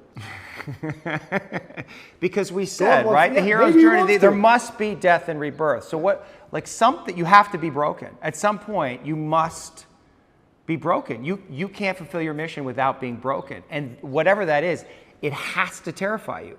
But can't I be semi-broken or semi-close to broken and back from the edge? Back from the edge? Death and rebirth. That's the archetype, right? And what does that require? It means going into the cave and facing your dragon, which is your deepest fear, and feeling like it's going to kill you, and then entering into the void of nothingness, and then coming out the other side, reborn. And in that place where you're reborn, you're going to know things that you did not know sitting right here. And you're going to have a much bigger perspective, right? I mean, you agree with that template, right? I agree with it, but I feel like I can just, I don't feel like I... Get around that? Not get around it, but I don't ever have to fully die. Like, I can just come close enough times. Like, I'm not going to underplay... literally die. No, of course, but I'm not going to underplay how significantly difficult my jail experience was. Yeah, because you and do also- talk about like how tough you were, you managed it, and I guess and which is I believe that I'm not, but there had to be moments where you're just like It was terrible. despair No, it was absolutely terrible. or fear or like But this is very interesting into your death and rebirth point, because when it felt completely terrible, I do have the emotional control to not feel that. But I decided to let myself feel it because I felt like I wouldn't learn as much if I turned my brain off. That's right. So I've talked on PBD about Tristan. Tristan and I have the same superpower. Tristan didn't care about jail. He didn't care. He didn't, or he acted like Maybe he that's didn't just care. his own code. He acted like he didn't care. But it was his coping mechanism. Sure. Don't care about jail. I decided, no, I'm going to care. I'm going to feel everything. I'm going to allow myself to feel these negative emotions because I feel like I will learn more. I could have done what Tristan did. I could have woke up and said one day or later they'll let me out. Still rich, give a fuck. Right. Could have done that. I didn't do that. And jail, that's why he sleeps. That's why I have nightmares. Because I don't believe his jail experience was that traumatic because he turned his brain off to it. And that is a superpower. Yes. And I do have that power. If I went to war, I could go to war and watch all my friends be blown to pieces and still fight. Yeah. I would still be capable. I can turn my brain off if I have to, but I decided not to because I felt that feeling things would teach me more, which is why I'm kind of arguing your point about death and rebirth, because I feel like I don't have to fully break. I just have to get close enough to the edge to learn something and come back. why not break? Because if I break, then there's too Well, much. My empire might fall. Then, you don't know. Well, That's the exactly. thing. You don't know. I don't know. And that's scary. It is scary. Yeah. So why would I? That's why you don't want to break. Completely. It's scary. I don't want to lose what I have. Yeah. Mentally, But physically, financially. Yeah, but that attachment, what would God say to that attachment? I don't want to lose what I have. But okay, I don't want to lose what I have because I also have a responsibility for others. Let me tell you something. If my mind broke and I couldn't come back from that, What's more important, your family or God? does God want me to break? I don't know. You asked. You asked a question. And if he does, I will break. Right. Right? Well, but you won't have a choice. I won't have a choice. But jail itself was terrible. Like, we're talking about vulnerability. I can sit and explain all the things I struggle with in jail. It was absolutely terrible. And I think a lot of people who are watching this, I think they need to keep in mind, I wasn't in jail. I was in Romanian jail. What's the difference? Well, it's the poorest country in Europe, and it was built during communism, Right. and it's basically designed to torture you. Cockroaches, yeah. Yeah, I mean, it's not like jail, like we imagine jail. I don't want to insult the Romanian justice system, and I don't want to insult any Romanians. I'm still within the confines of Romania, but I think most people at home understand what I'm talking about. I didn't have yard time. I didn't have any friends. I was in a room for 93 days. I did not leave that room unless I was being dragged to court in a language I didn't understand to be sent back to the room. Yeah, it was hard. I did a 4-day vision quest, 4 days, 4 nights, no food or water, out in the mountains, like in a restricted area, like just like a prison cell.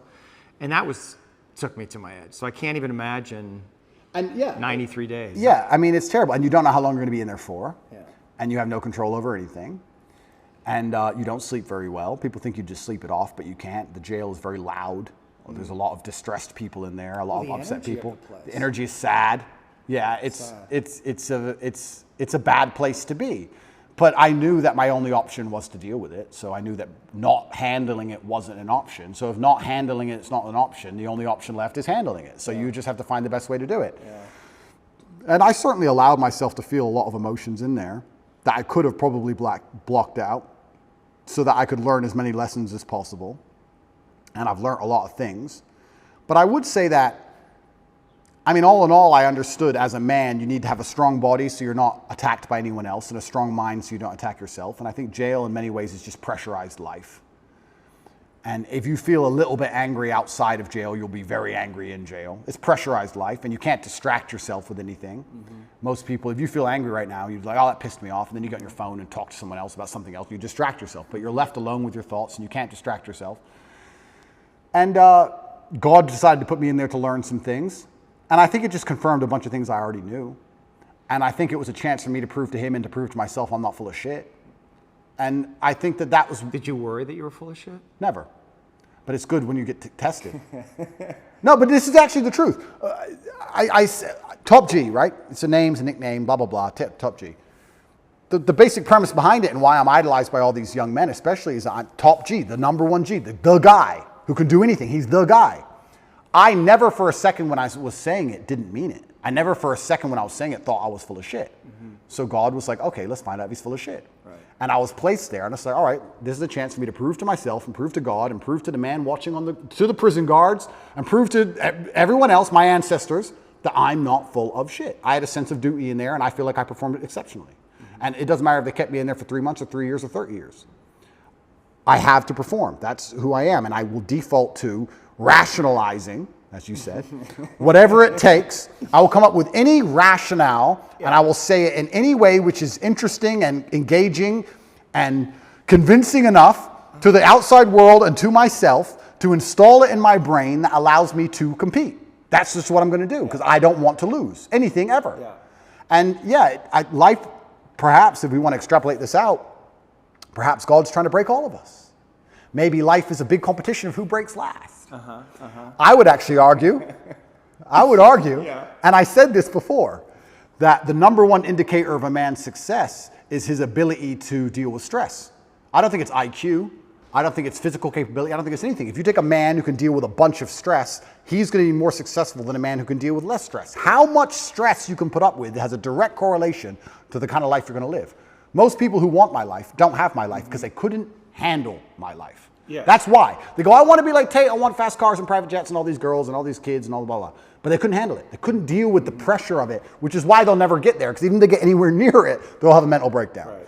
So how big your life is and how successful you are in the physical realm is directly linked to how much stress you can deal with. And perhaps God's trying to break all of us. And he's trying to find all of our limits. I think most people at home watching this probably have something going on in their mind right now or something going on in their lives that might break them. Yeah. To me, it would be nothing. To them, it's a big deal. Yeah. So God's out here to break all of us, and I want to be the guy who breaks last. Well, maybe he's trying to make us stronger, give us tests to help us evolve, to help us grow, to help us know him more. Absolutely. So let's assume that's what God is doing. To a degree, he's trying to see where all of us would break. You have two responses to that. You can either be intimidated by the fact that God is out there trying to make your life difficult, or you can be excited by the idea of it and saying, this is my chance to prove myself to God. Right. Which is what I was saying earlier on in the very beginning of our podcast, why I've adopted the mindset where struggle is semi-exciting to me.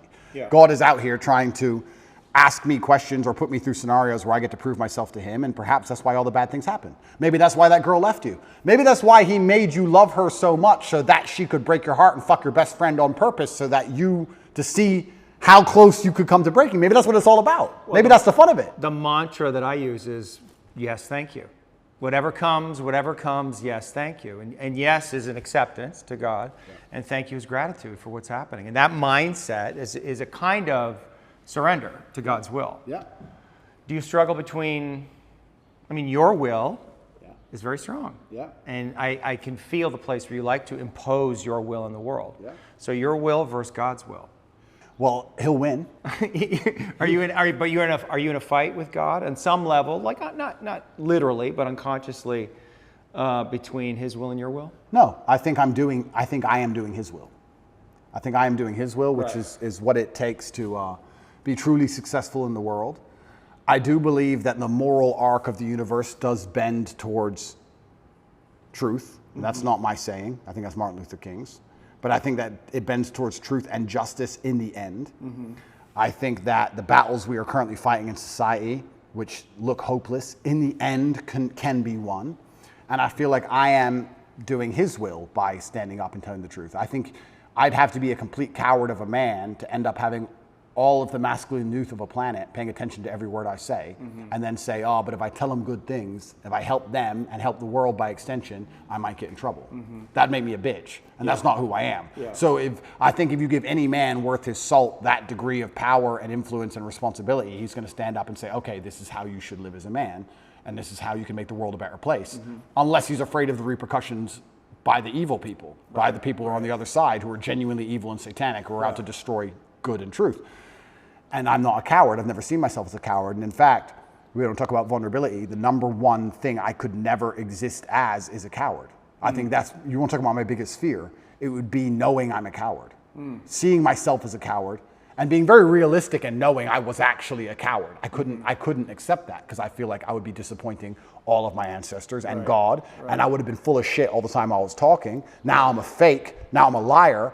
And I'm none of those things. Right. When I say to the camera and I sit here and talk about depression not being real, I mean what I say, because I've lived enough shit to tell you that if depression was real, I would have been depressed. And people know that, which is why they listen to me in the first place.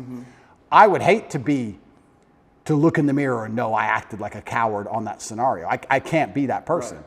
So. Courage is the highest virtue, I think. You think so?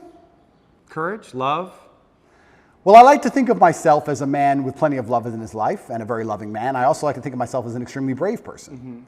I've never been a coward, and even just the idea of being a coward is enough to motivate me to do nearly anything. So if you were to try and, here we go, vulnerability. If you were to try and manipulate me, how could you manipulate Andrew Tate, one of the smartest people on the face of the planet? Well, you would have to try and convince him that it was the only brave act. That's how I could be manipulated. Interesting. Now, I allow manipulation to find out where my enemy wants me to go, use my mind to break the trap, punish the perpetrators. I will allow them to manipulate me, and at the end of their attempt, I will decide whether I agree with their attempt or I destroy their attempt. Right. But that would give you the best possible chance. And I give you a perfect example of it. COVID, when on day one, when everyone got locked in their houses and they were talking about Italian hospitals being full and people were dying on the street in China, when everyone believed because it was brand new, day one, me and Tristan decided to fly to Sweden and just run around in nightclubs because it's the only open country. Did we do that because we have medical expertise? Did we do that because we were guaranteed to not get sick? Did we do that because we knew something other people didn't know? It was the brave choice. The brave choice is to go do something reckless. We might all die. Let's die in a nightclub in Sweden instead of dying in our house. So we always have chosen and defaulted to the brave choice. And part of me, maybe when we talk about excitement, I love when God or life or the universe or whatever you want to call it gives me a chance to be brave. I love when he gives me an opportunity.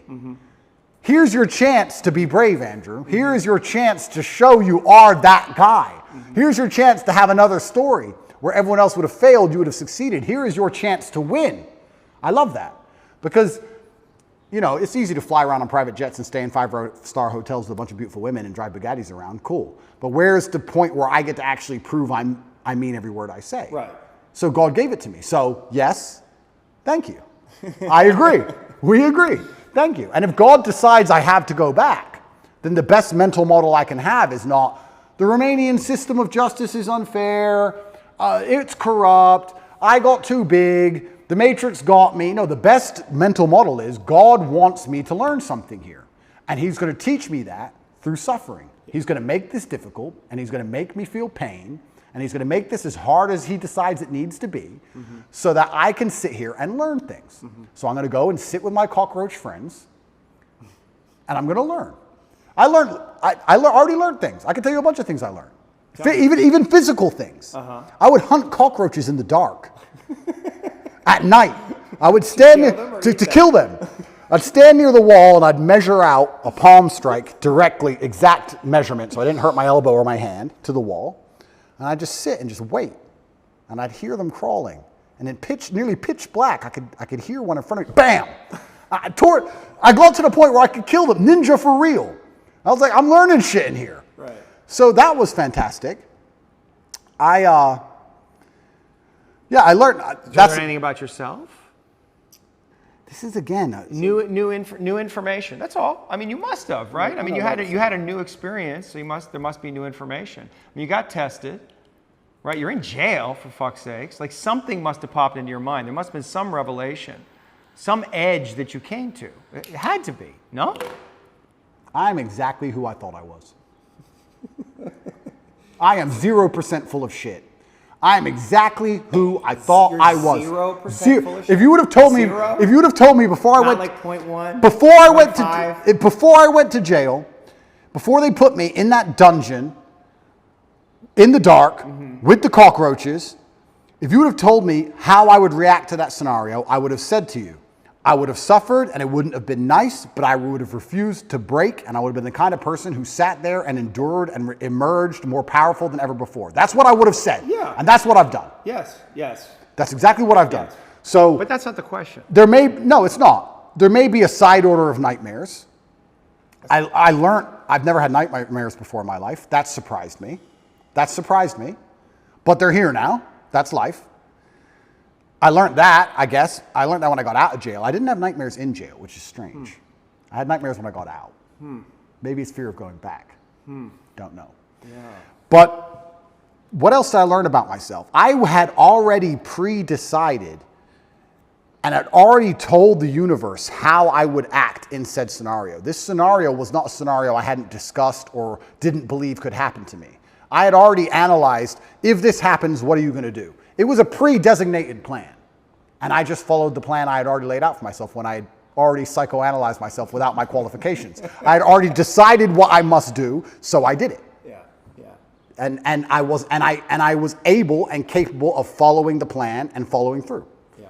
So I'm not a liar. I'm 0% full of shit. Right. I hear you. And if I was full of shit, I would sit here. Nightmares, though, but there's something. It's not full of shit, but just the something happened. Oh, completely. Right, because you're having nightmares now, so something is going on. Yes. That you don't like. Understand. That's all I'm getting at. That's completely true. I performed exactly how I needed to perform and how I knew I would perform. So when I talk about being top G and mental control and depression is not real, everything I say is true. I performed exactly as I could. And I should. There is a side effect, which happens to be these nightmares. But my attitude towards the nightmares is, yes, thank you. Good. I don't want them to go away. They will go away when whatever needs to be dealt with is dealt with by my own mind. And like I said, if anyone else could fix them for me, I would not allow them to, because I believe it is my lesson and it's my pain and my trauma and it's mine to deal with. And if I have to keep them forever, I'll keep them. I am not afraid of feeling negative. I'm not afraid of it. I'm not afraid of having nightmares. I don't wake up going, I want to feel good. I don't care. So if I have to feel miserable, it doesn't bother me. I don't see why. In fact, I'm going to change that.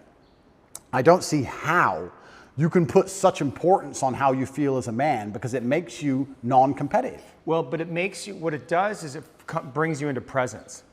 And presence is the most powerful quality that you can have as a human being. And if you are not in touch with your feelings, if you disown them or you rationalize them in some way, you're not fully present. Completely agree. Right? So the reason we want to connect with the places we have fear or pain or sadness, right? Or anger, whatever it is, it's not to feel it and let ourselves be a slave to it. Yeah. It's just to let it come into our conscious awareness to know what it is. There's information there. It's data, right? And if we can be present with all that we feel, right, we're much more powerful beings. Now, it's super interesting you said that because you're right. Because I wouldn't consider myself a present person. I am always thinking about what must be done. I'm thinking about Interesting. Always. That you would confess that. I'll You're confess. not a present person. No, I'm not present. If I'm present in the moment, I'm either on my computer talking to someone else millions of miles away or dealing with something else, or I'm doing this podcasting about how I have to spar afterwards, and then I've got a friend coming at 8:15 tonight. Why aren't I you have to see. present? I'm not present because things must be done, and they must be no, organized. well, okay. I'm not competitive if I'm present. I need to do things. Now, I'll agree with you. You're right. I'm very rarely present. But here's my frame for presence, right? The reason I'm not all the way present, which is all the way here, is because there's something here that I don't want to feel. No, I would say there's two scenarios in which I am very present. And we'll talk about them in a second. But I'm not a very present person. But I have sacrificed the idea of feeling presence and feeling happy in the moment for, let's say, absolute capability and legacy. But would you agree that being more present would give you more power? In certain scenarios. Well, look, I think that might be the reason I love fighting so much, because that's the only time I feel present. Right. Because I have to be right there, because one, I'm in pain, and two, if I'm not, I'm gonna be asleep. Are you not present right now? I am. Are you present with me? I'm paying attention. My brain's on. I'm paying attention. Let your brain go and see what happens. I Just be am. here with me and don't stop thinking. Stop thinking. I can't stop thinking. Stop thinking. I You am. can't stop thinking. If you can't stop thinking, you don't have control over your mind. All right, cool. So I stopped thinking, but And just be in the place where there's no thinking. Sure. And just feel yourself, who you are, and see what happens. See what happens. Yeah, and I believe I am. But I'm saying generally in life, I wouldn't consider myself a present person. I'm not the person who is enjoying the moment. Present. But I am now because I'm focused. But now I'm focused. But do you see the difference in the quality of the interaction we just had? But what's it? Okay, let me ask Do you see the difference, though? I do. Yeah. And how did that feel? It felt fine. But what's the difference? Fine. What's the difference? But what's the difference? But weren't we more connected in some way? Isn't there more possibility to get to something deeper or something more truthful there when your mind is not constantly running? But I haven't lied to you. I'm not saying you've lied to me. Yeah. I'm not saying you've lied to me. I just said there's other levels, there's other layers, right? Is there? Is there? You get to it. That's why you fight. It's what you said, because it gets you out of your mind, fully in your body. And when you're fighting, you're in that zone. Some of their focused. intelligence opens up, though. Yes. You're doing things. You can feel that guy, and you can miss the punch by, and react. you don't even know why. Correct. Right? And so that is available all the time if you're willing to get present. Does life require that degree of focus? Not focus, presence. I know they're slightly different. Maybe I see them as the same. I don't see myself as a particularly present person. I do enjoy the presence of fighting. I do enjoy the presence of driving fast cars very fast. Right. I'm thinking of it, just so you understand my mental model, when I think of guys, and I do know some who are like enjoying the moment, I very rarely enjoy the moment. Does that make sense? I don't ever, I'm sitting around and I'm like, yeah, I look around and go, I'm having fun. That's just not how my brain works, ever. That feels sad to me. Yeah, but this is the thing. Perhaps it is. I don't know. I'm not going to say it is because I don't feel sad about it, but let's imagine it is sad. I have no fear of feeling sad. If someone were to say to me, Andrew, you're going to enjoy the moment less because you're constantly preoccupied with running an empire that most people wouldn't believe is as large as you say it is, even if you told them. And you're going to have unlimited offspring who adore you. And you're going to have unlimited female interaction from women who truly would die for you. And you're going to be one of the most respected men on the planet. And you're going to have street cred in every city from Baltimore to Berlin. And you're going to end up going through all these trials and tribulations. And they're going to talk about your name after you're dead for hundreds of years. But you're not going to be present in the moment. Would you take that? And I would say, yes, sir, I would. Give that to me. I can't be present because there's too much happening. How can I be present? How can I be present with hundreds of millions of dollars and DCOT trying to put me in jail? And how can I be present? I've got things happening in my brain. I can't be present. I've got things to deal with. I've got problems. I've sacrificed But presence. maybe you have a mental model that says I can't be all the way present and do all of those things, and maybe that model is incorrect. Well, presence is if you're truly present, then you're not worried about anything outside of the moment you're in. Not necessarily. How does that work?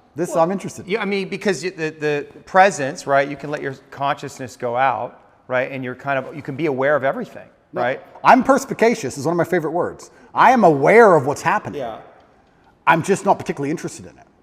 So I will sit at a table where everyone's having a conversation, and I'll sit on my laptop, and I'll chime up once every hour. I hear every word. I've analyzed every word. I know who's right. I know who's wrong. I know what I could have said. I know whose brain I could have changed, what mind I could have affected. I've already considered if it's worth doing, but I'd rather do my work, and I'll ignore it all until I pop up and say 3 words and control the entire conversation and go back to my laptop. Yeah. I'm aware of everything. I'm just not particularly present because I feel like I've built a life which is so large that it's hard for me to be present in the moment. I'm present with my children for an hour or two, and then it's like, okay, back to work. Right. So, was your father present with you? No.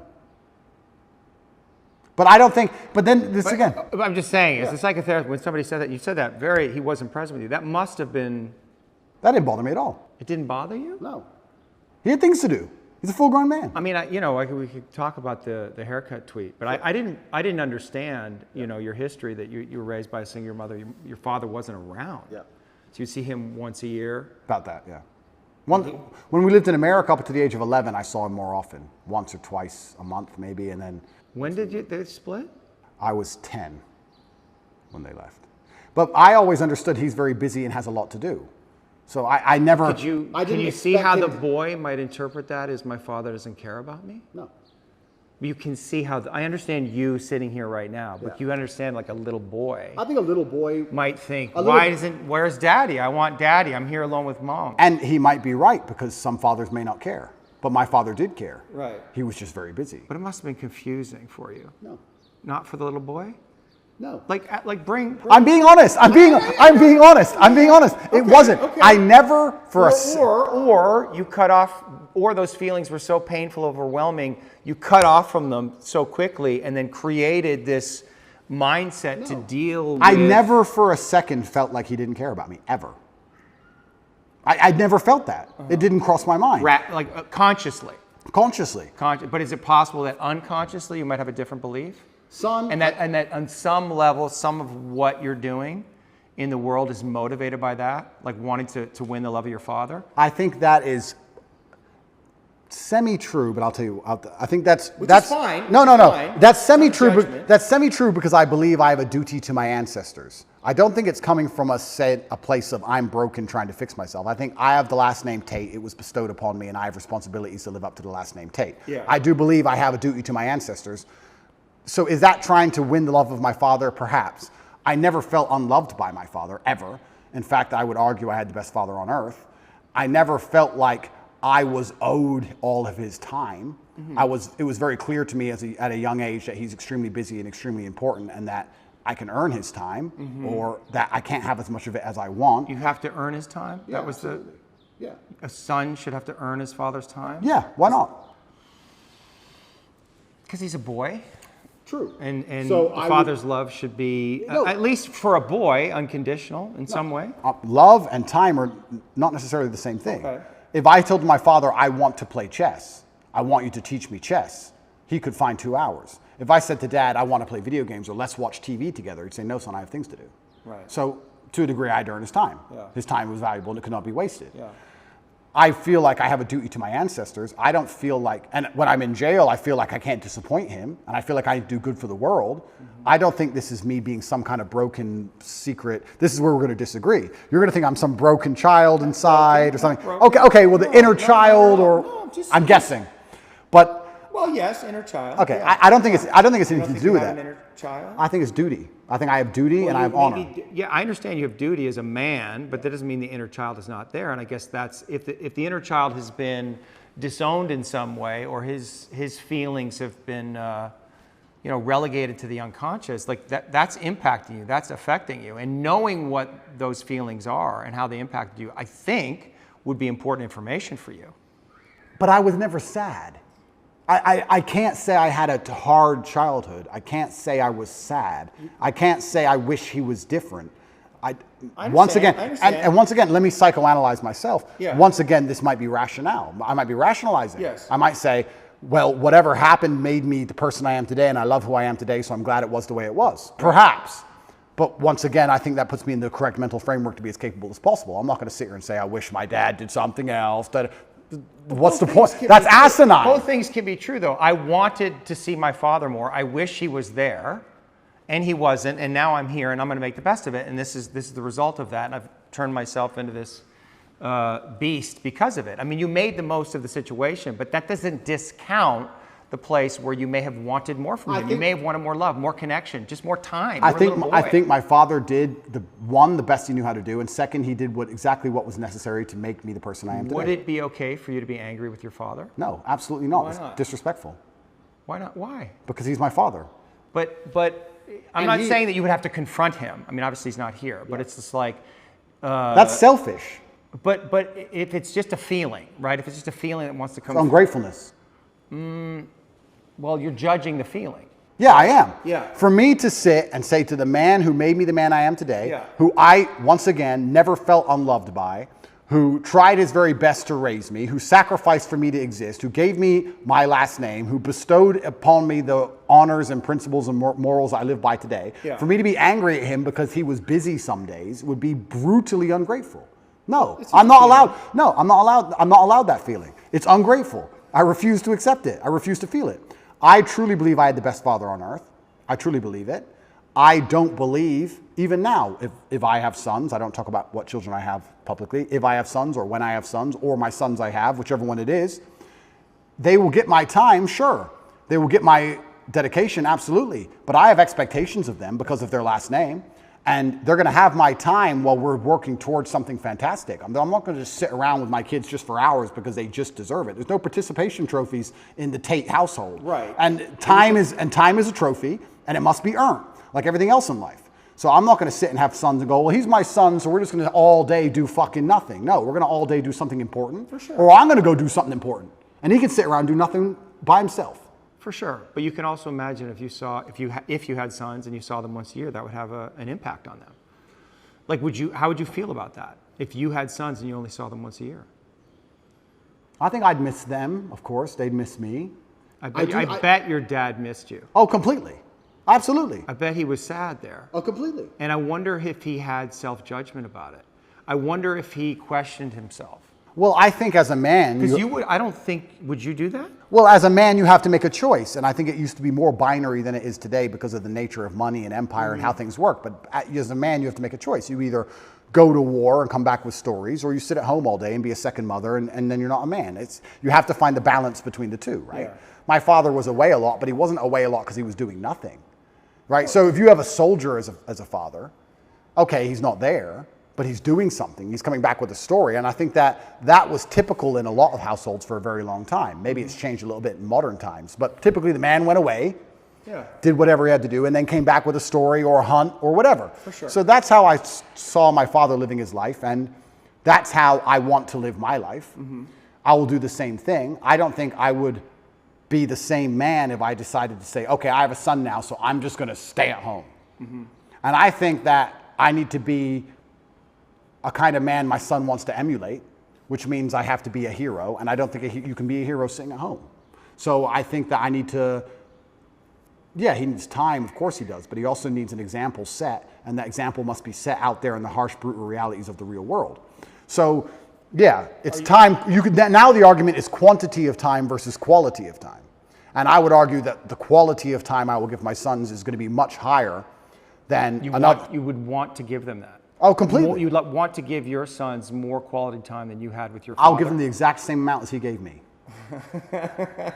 Will you? But if I'm happy with Would you not want to give them more? I may want to. you wanted more. I didn't say I wanted more. Oh. That's smart. I didn't say I wanted more. You didn't? Yeah, No. You must have. No, I'm saying that Boy wants time with his daddy. It has to be true. if I wanted it, I could have earned it anytime I wanted.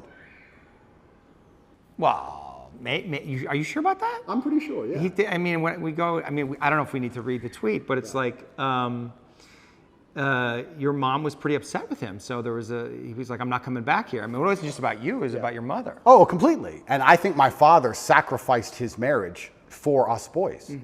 He sacrificed his marriage and his relationship with my mother to ensure that us boys were taught the way he believed we should be raised. My mom was very unhappy with certain things he did, which he insisted on doing anyway because he saw his legacy in us as more important than his marriage with my mother.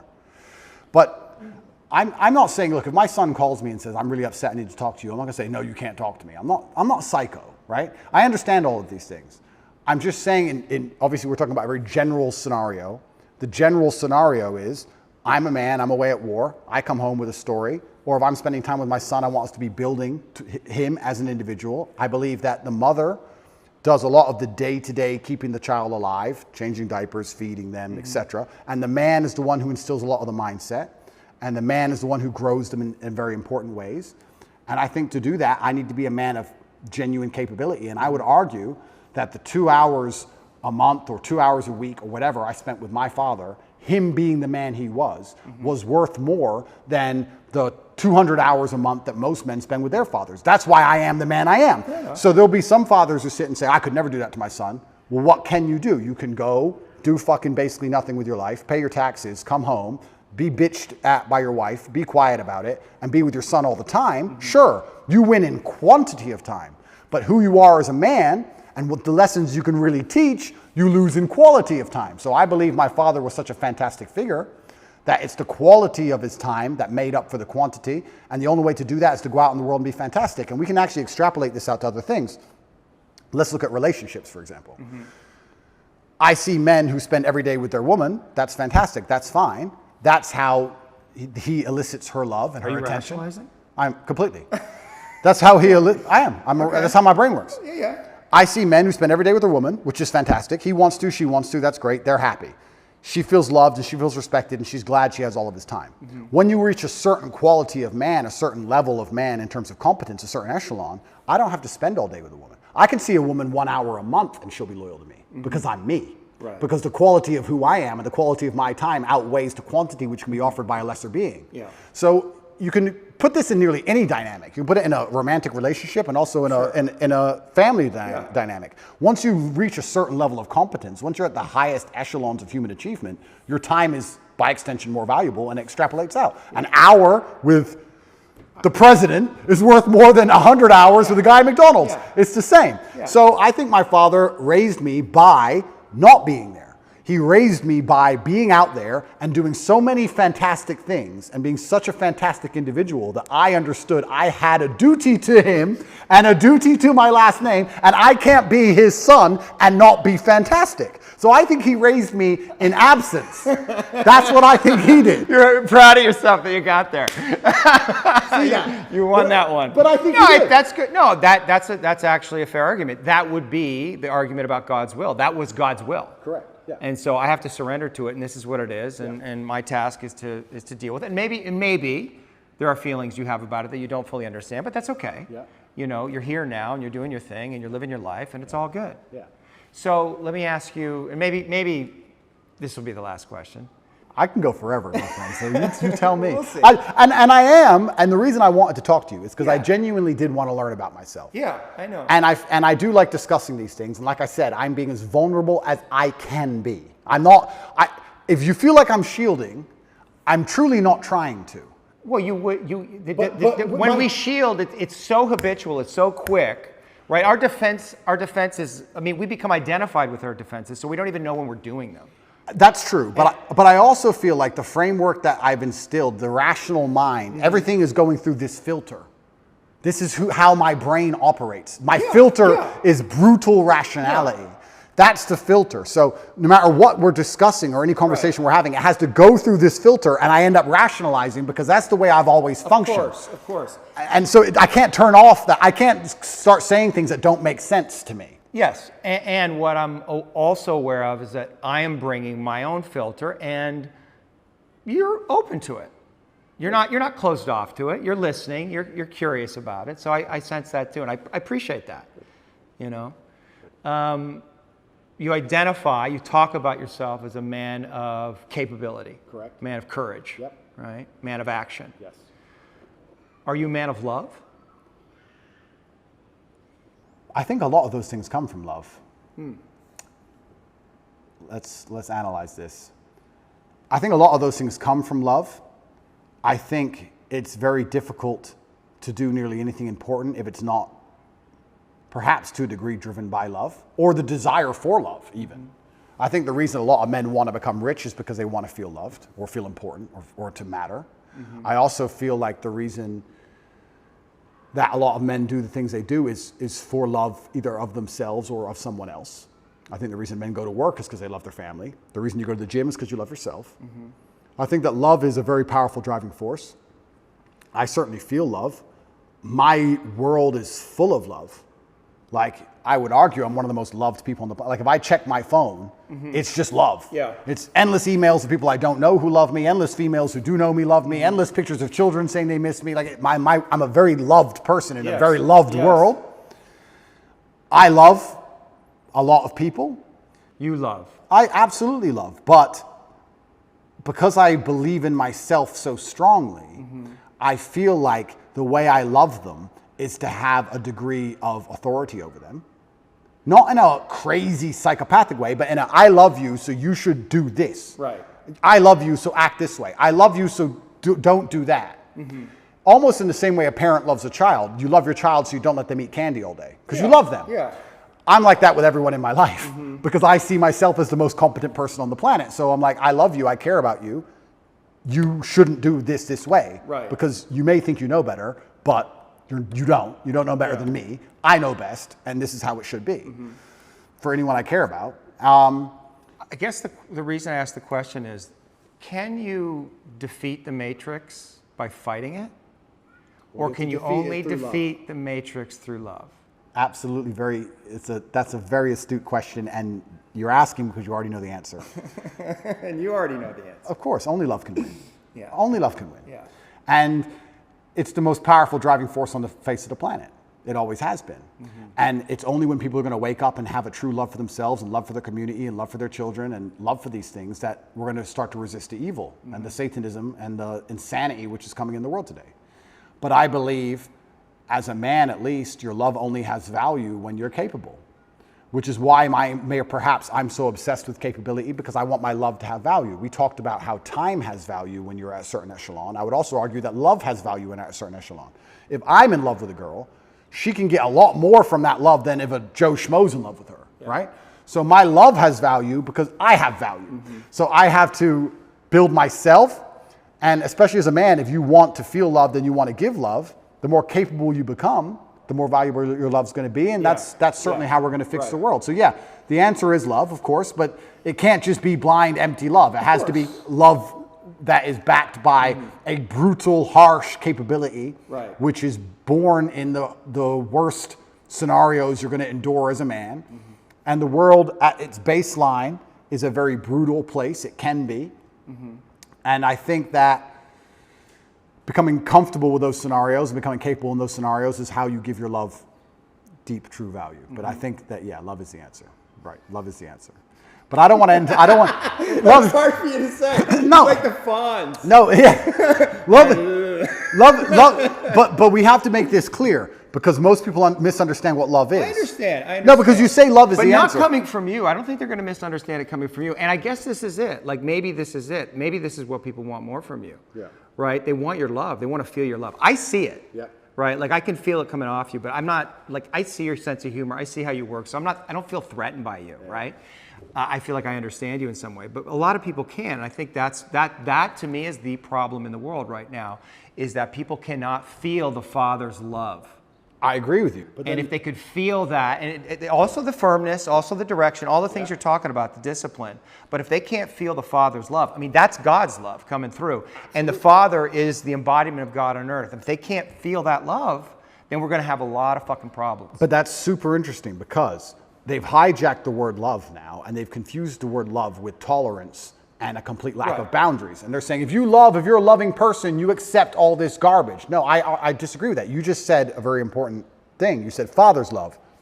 A father's love comes with tests and trials and tribulations. What does a dad even traditionally do for his son?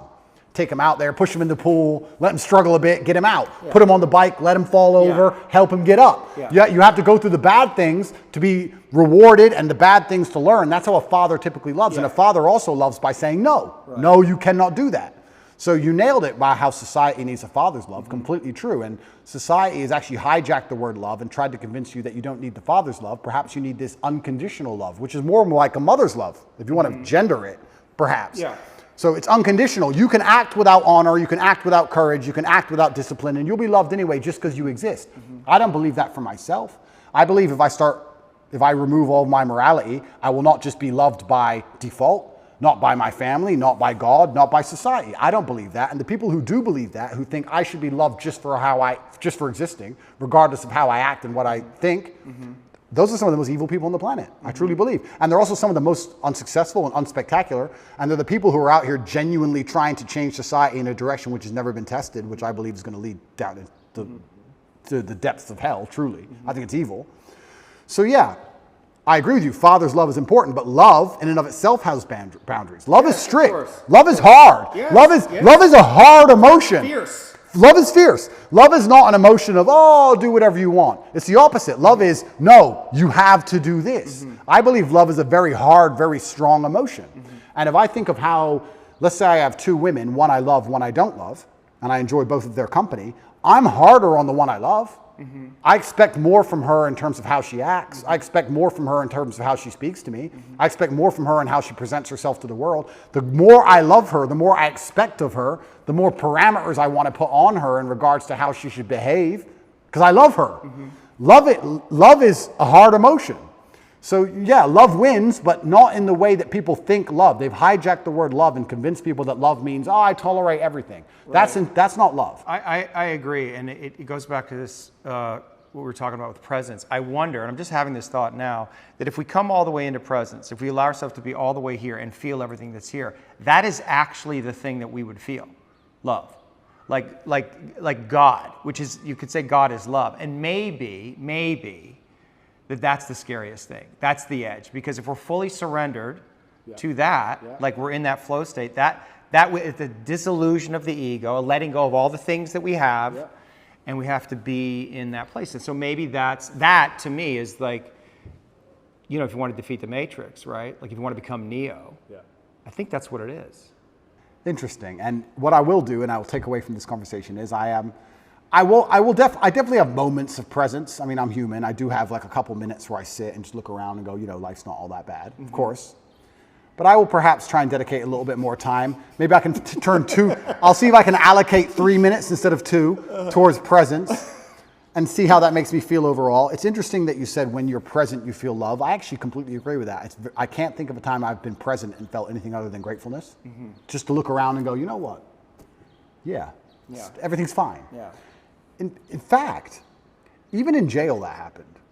Even in jail, I had moments of presence, and I looked around and go, this is not nearly as bad as like the media is saying it is, and the women on the phone are crying, and everyone's panicking. You know what? I'm not in a trench.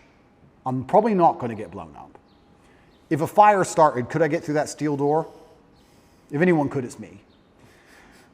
I'm not on a submarine in World War II. There's no depth charges. I'm not in a car crash. It's fine. Cup of tea. It's fine. I did have those moments, right? So when you come to a moment, when you come to a moment of presence, even in a terrible scenario, it often ends up love. You're right. And I certainly have felt them, and I certainly could do it. My rationale would be, my argument would be, does that make me more powerful? You're arguing it does, and maybe perhaps I need to try it.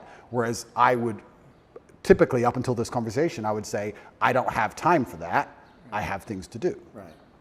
So that's where it all comes down to. And then it comes down to, like I said earlier, am I here as a human to enjoy my experience as a human and enjoy being in this vessel and have as much fun as possible and be as present as possible? Or am I here to make the biggest impact I can possibly make and build a legacy? And of course, probably like most things in life, the answer is somewhere in between the two. It's probably some balance. Perhaps I'm slightly out of balance, and that's why I am living the life I am.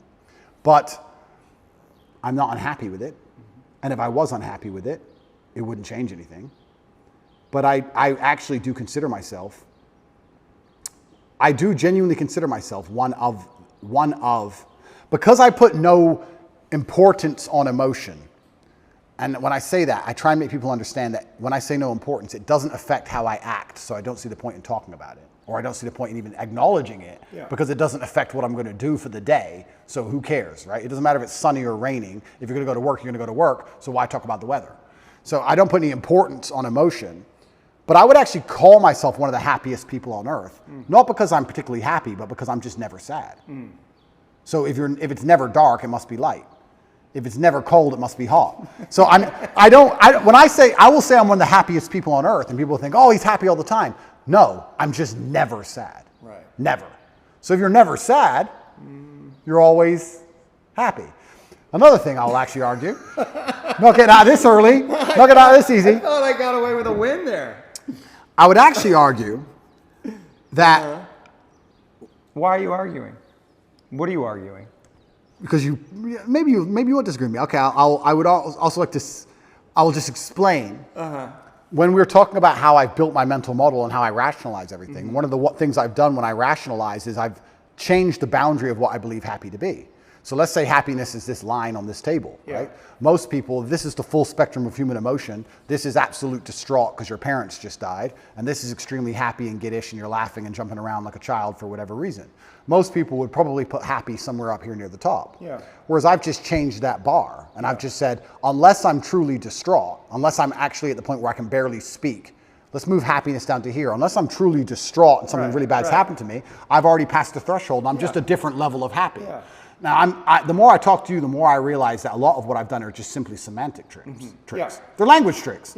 I've changed language tricks. If I'm not absolutely distraught, I am some version of happy. Therefore, I'm the happiest man on earth because I'm always some level of happy. It's semantic tricks, but if it works, I mean, it could be a cheap language trick, but if the cheap language trick works, then it's more than a cheap language trick. So I've also changed what I believe happy to be. I think that there's probably 5 or 6 times in your adult life you're going to be unhappy, and the rest of the time you're just a different level of happy. Maybe less happy, more happy, but you're all at some point of happy. If you can speak, you're happy enough, because when you're truly upset, you can't even talk. That's what I believe. Is that enough? Is that all I have to say?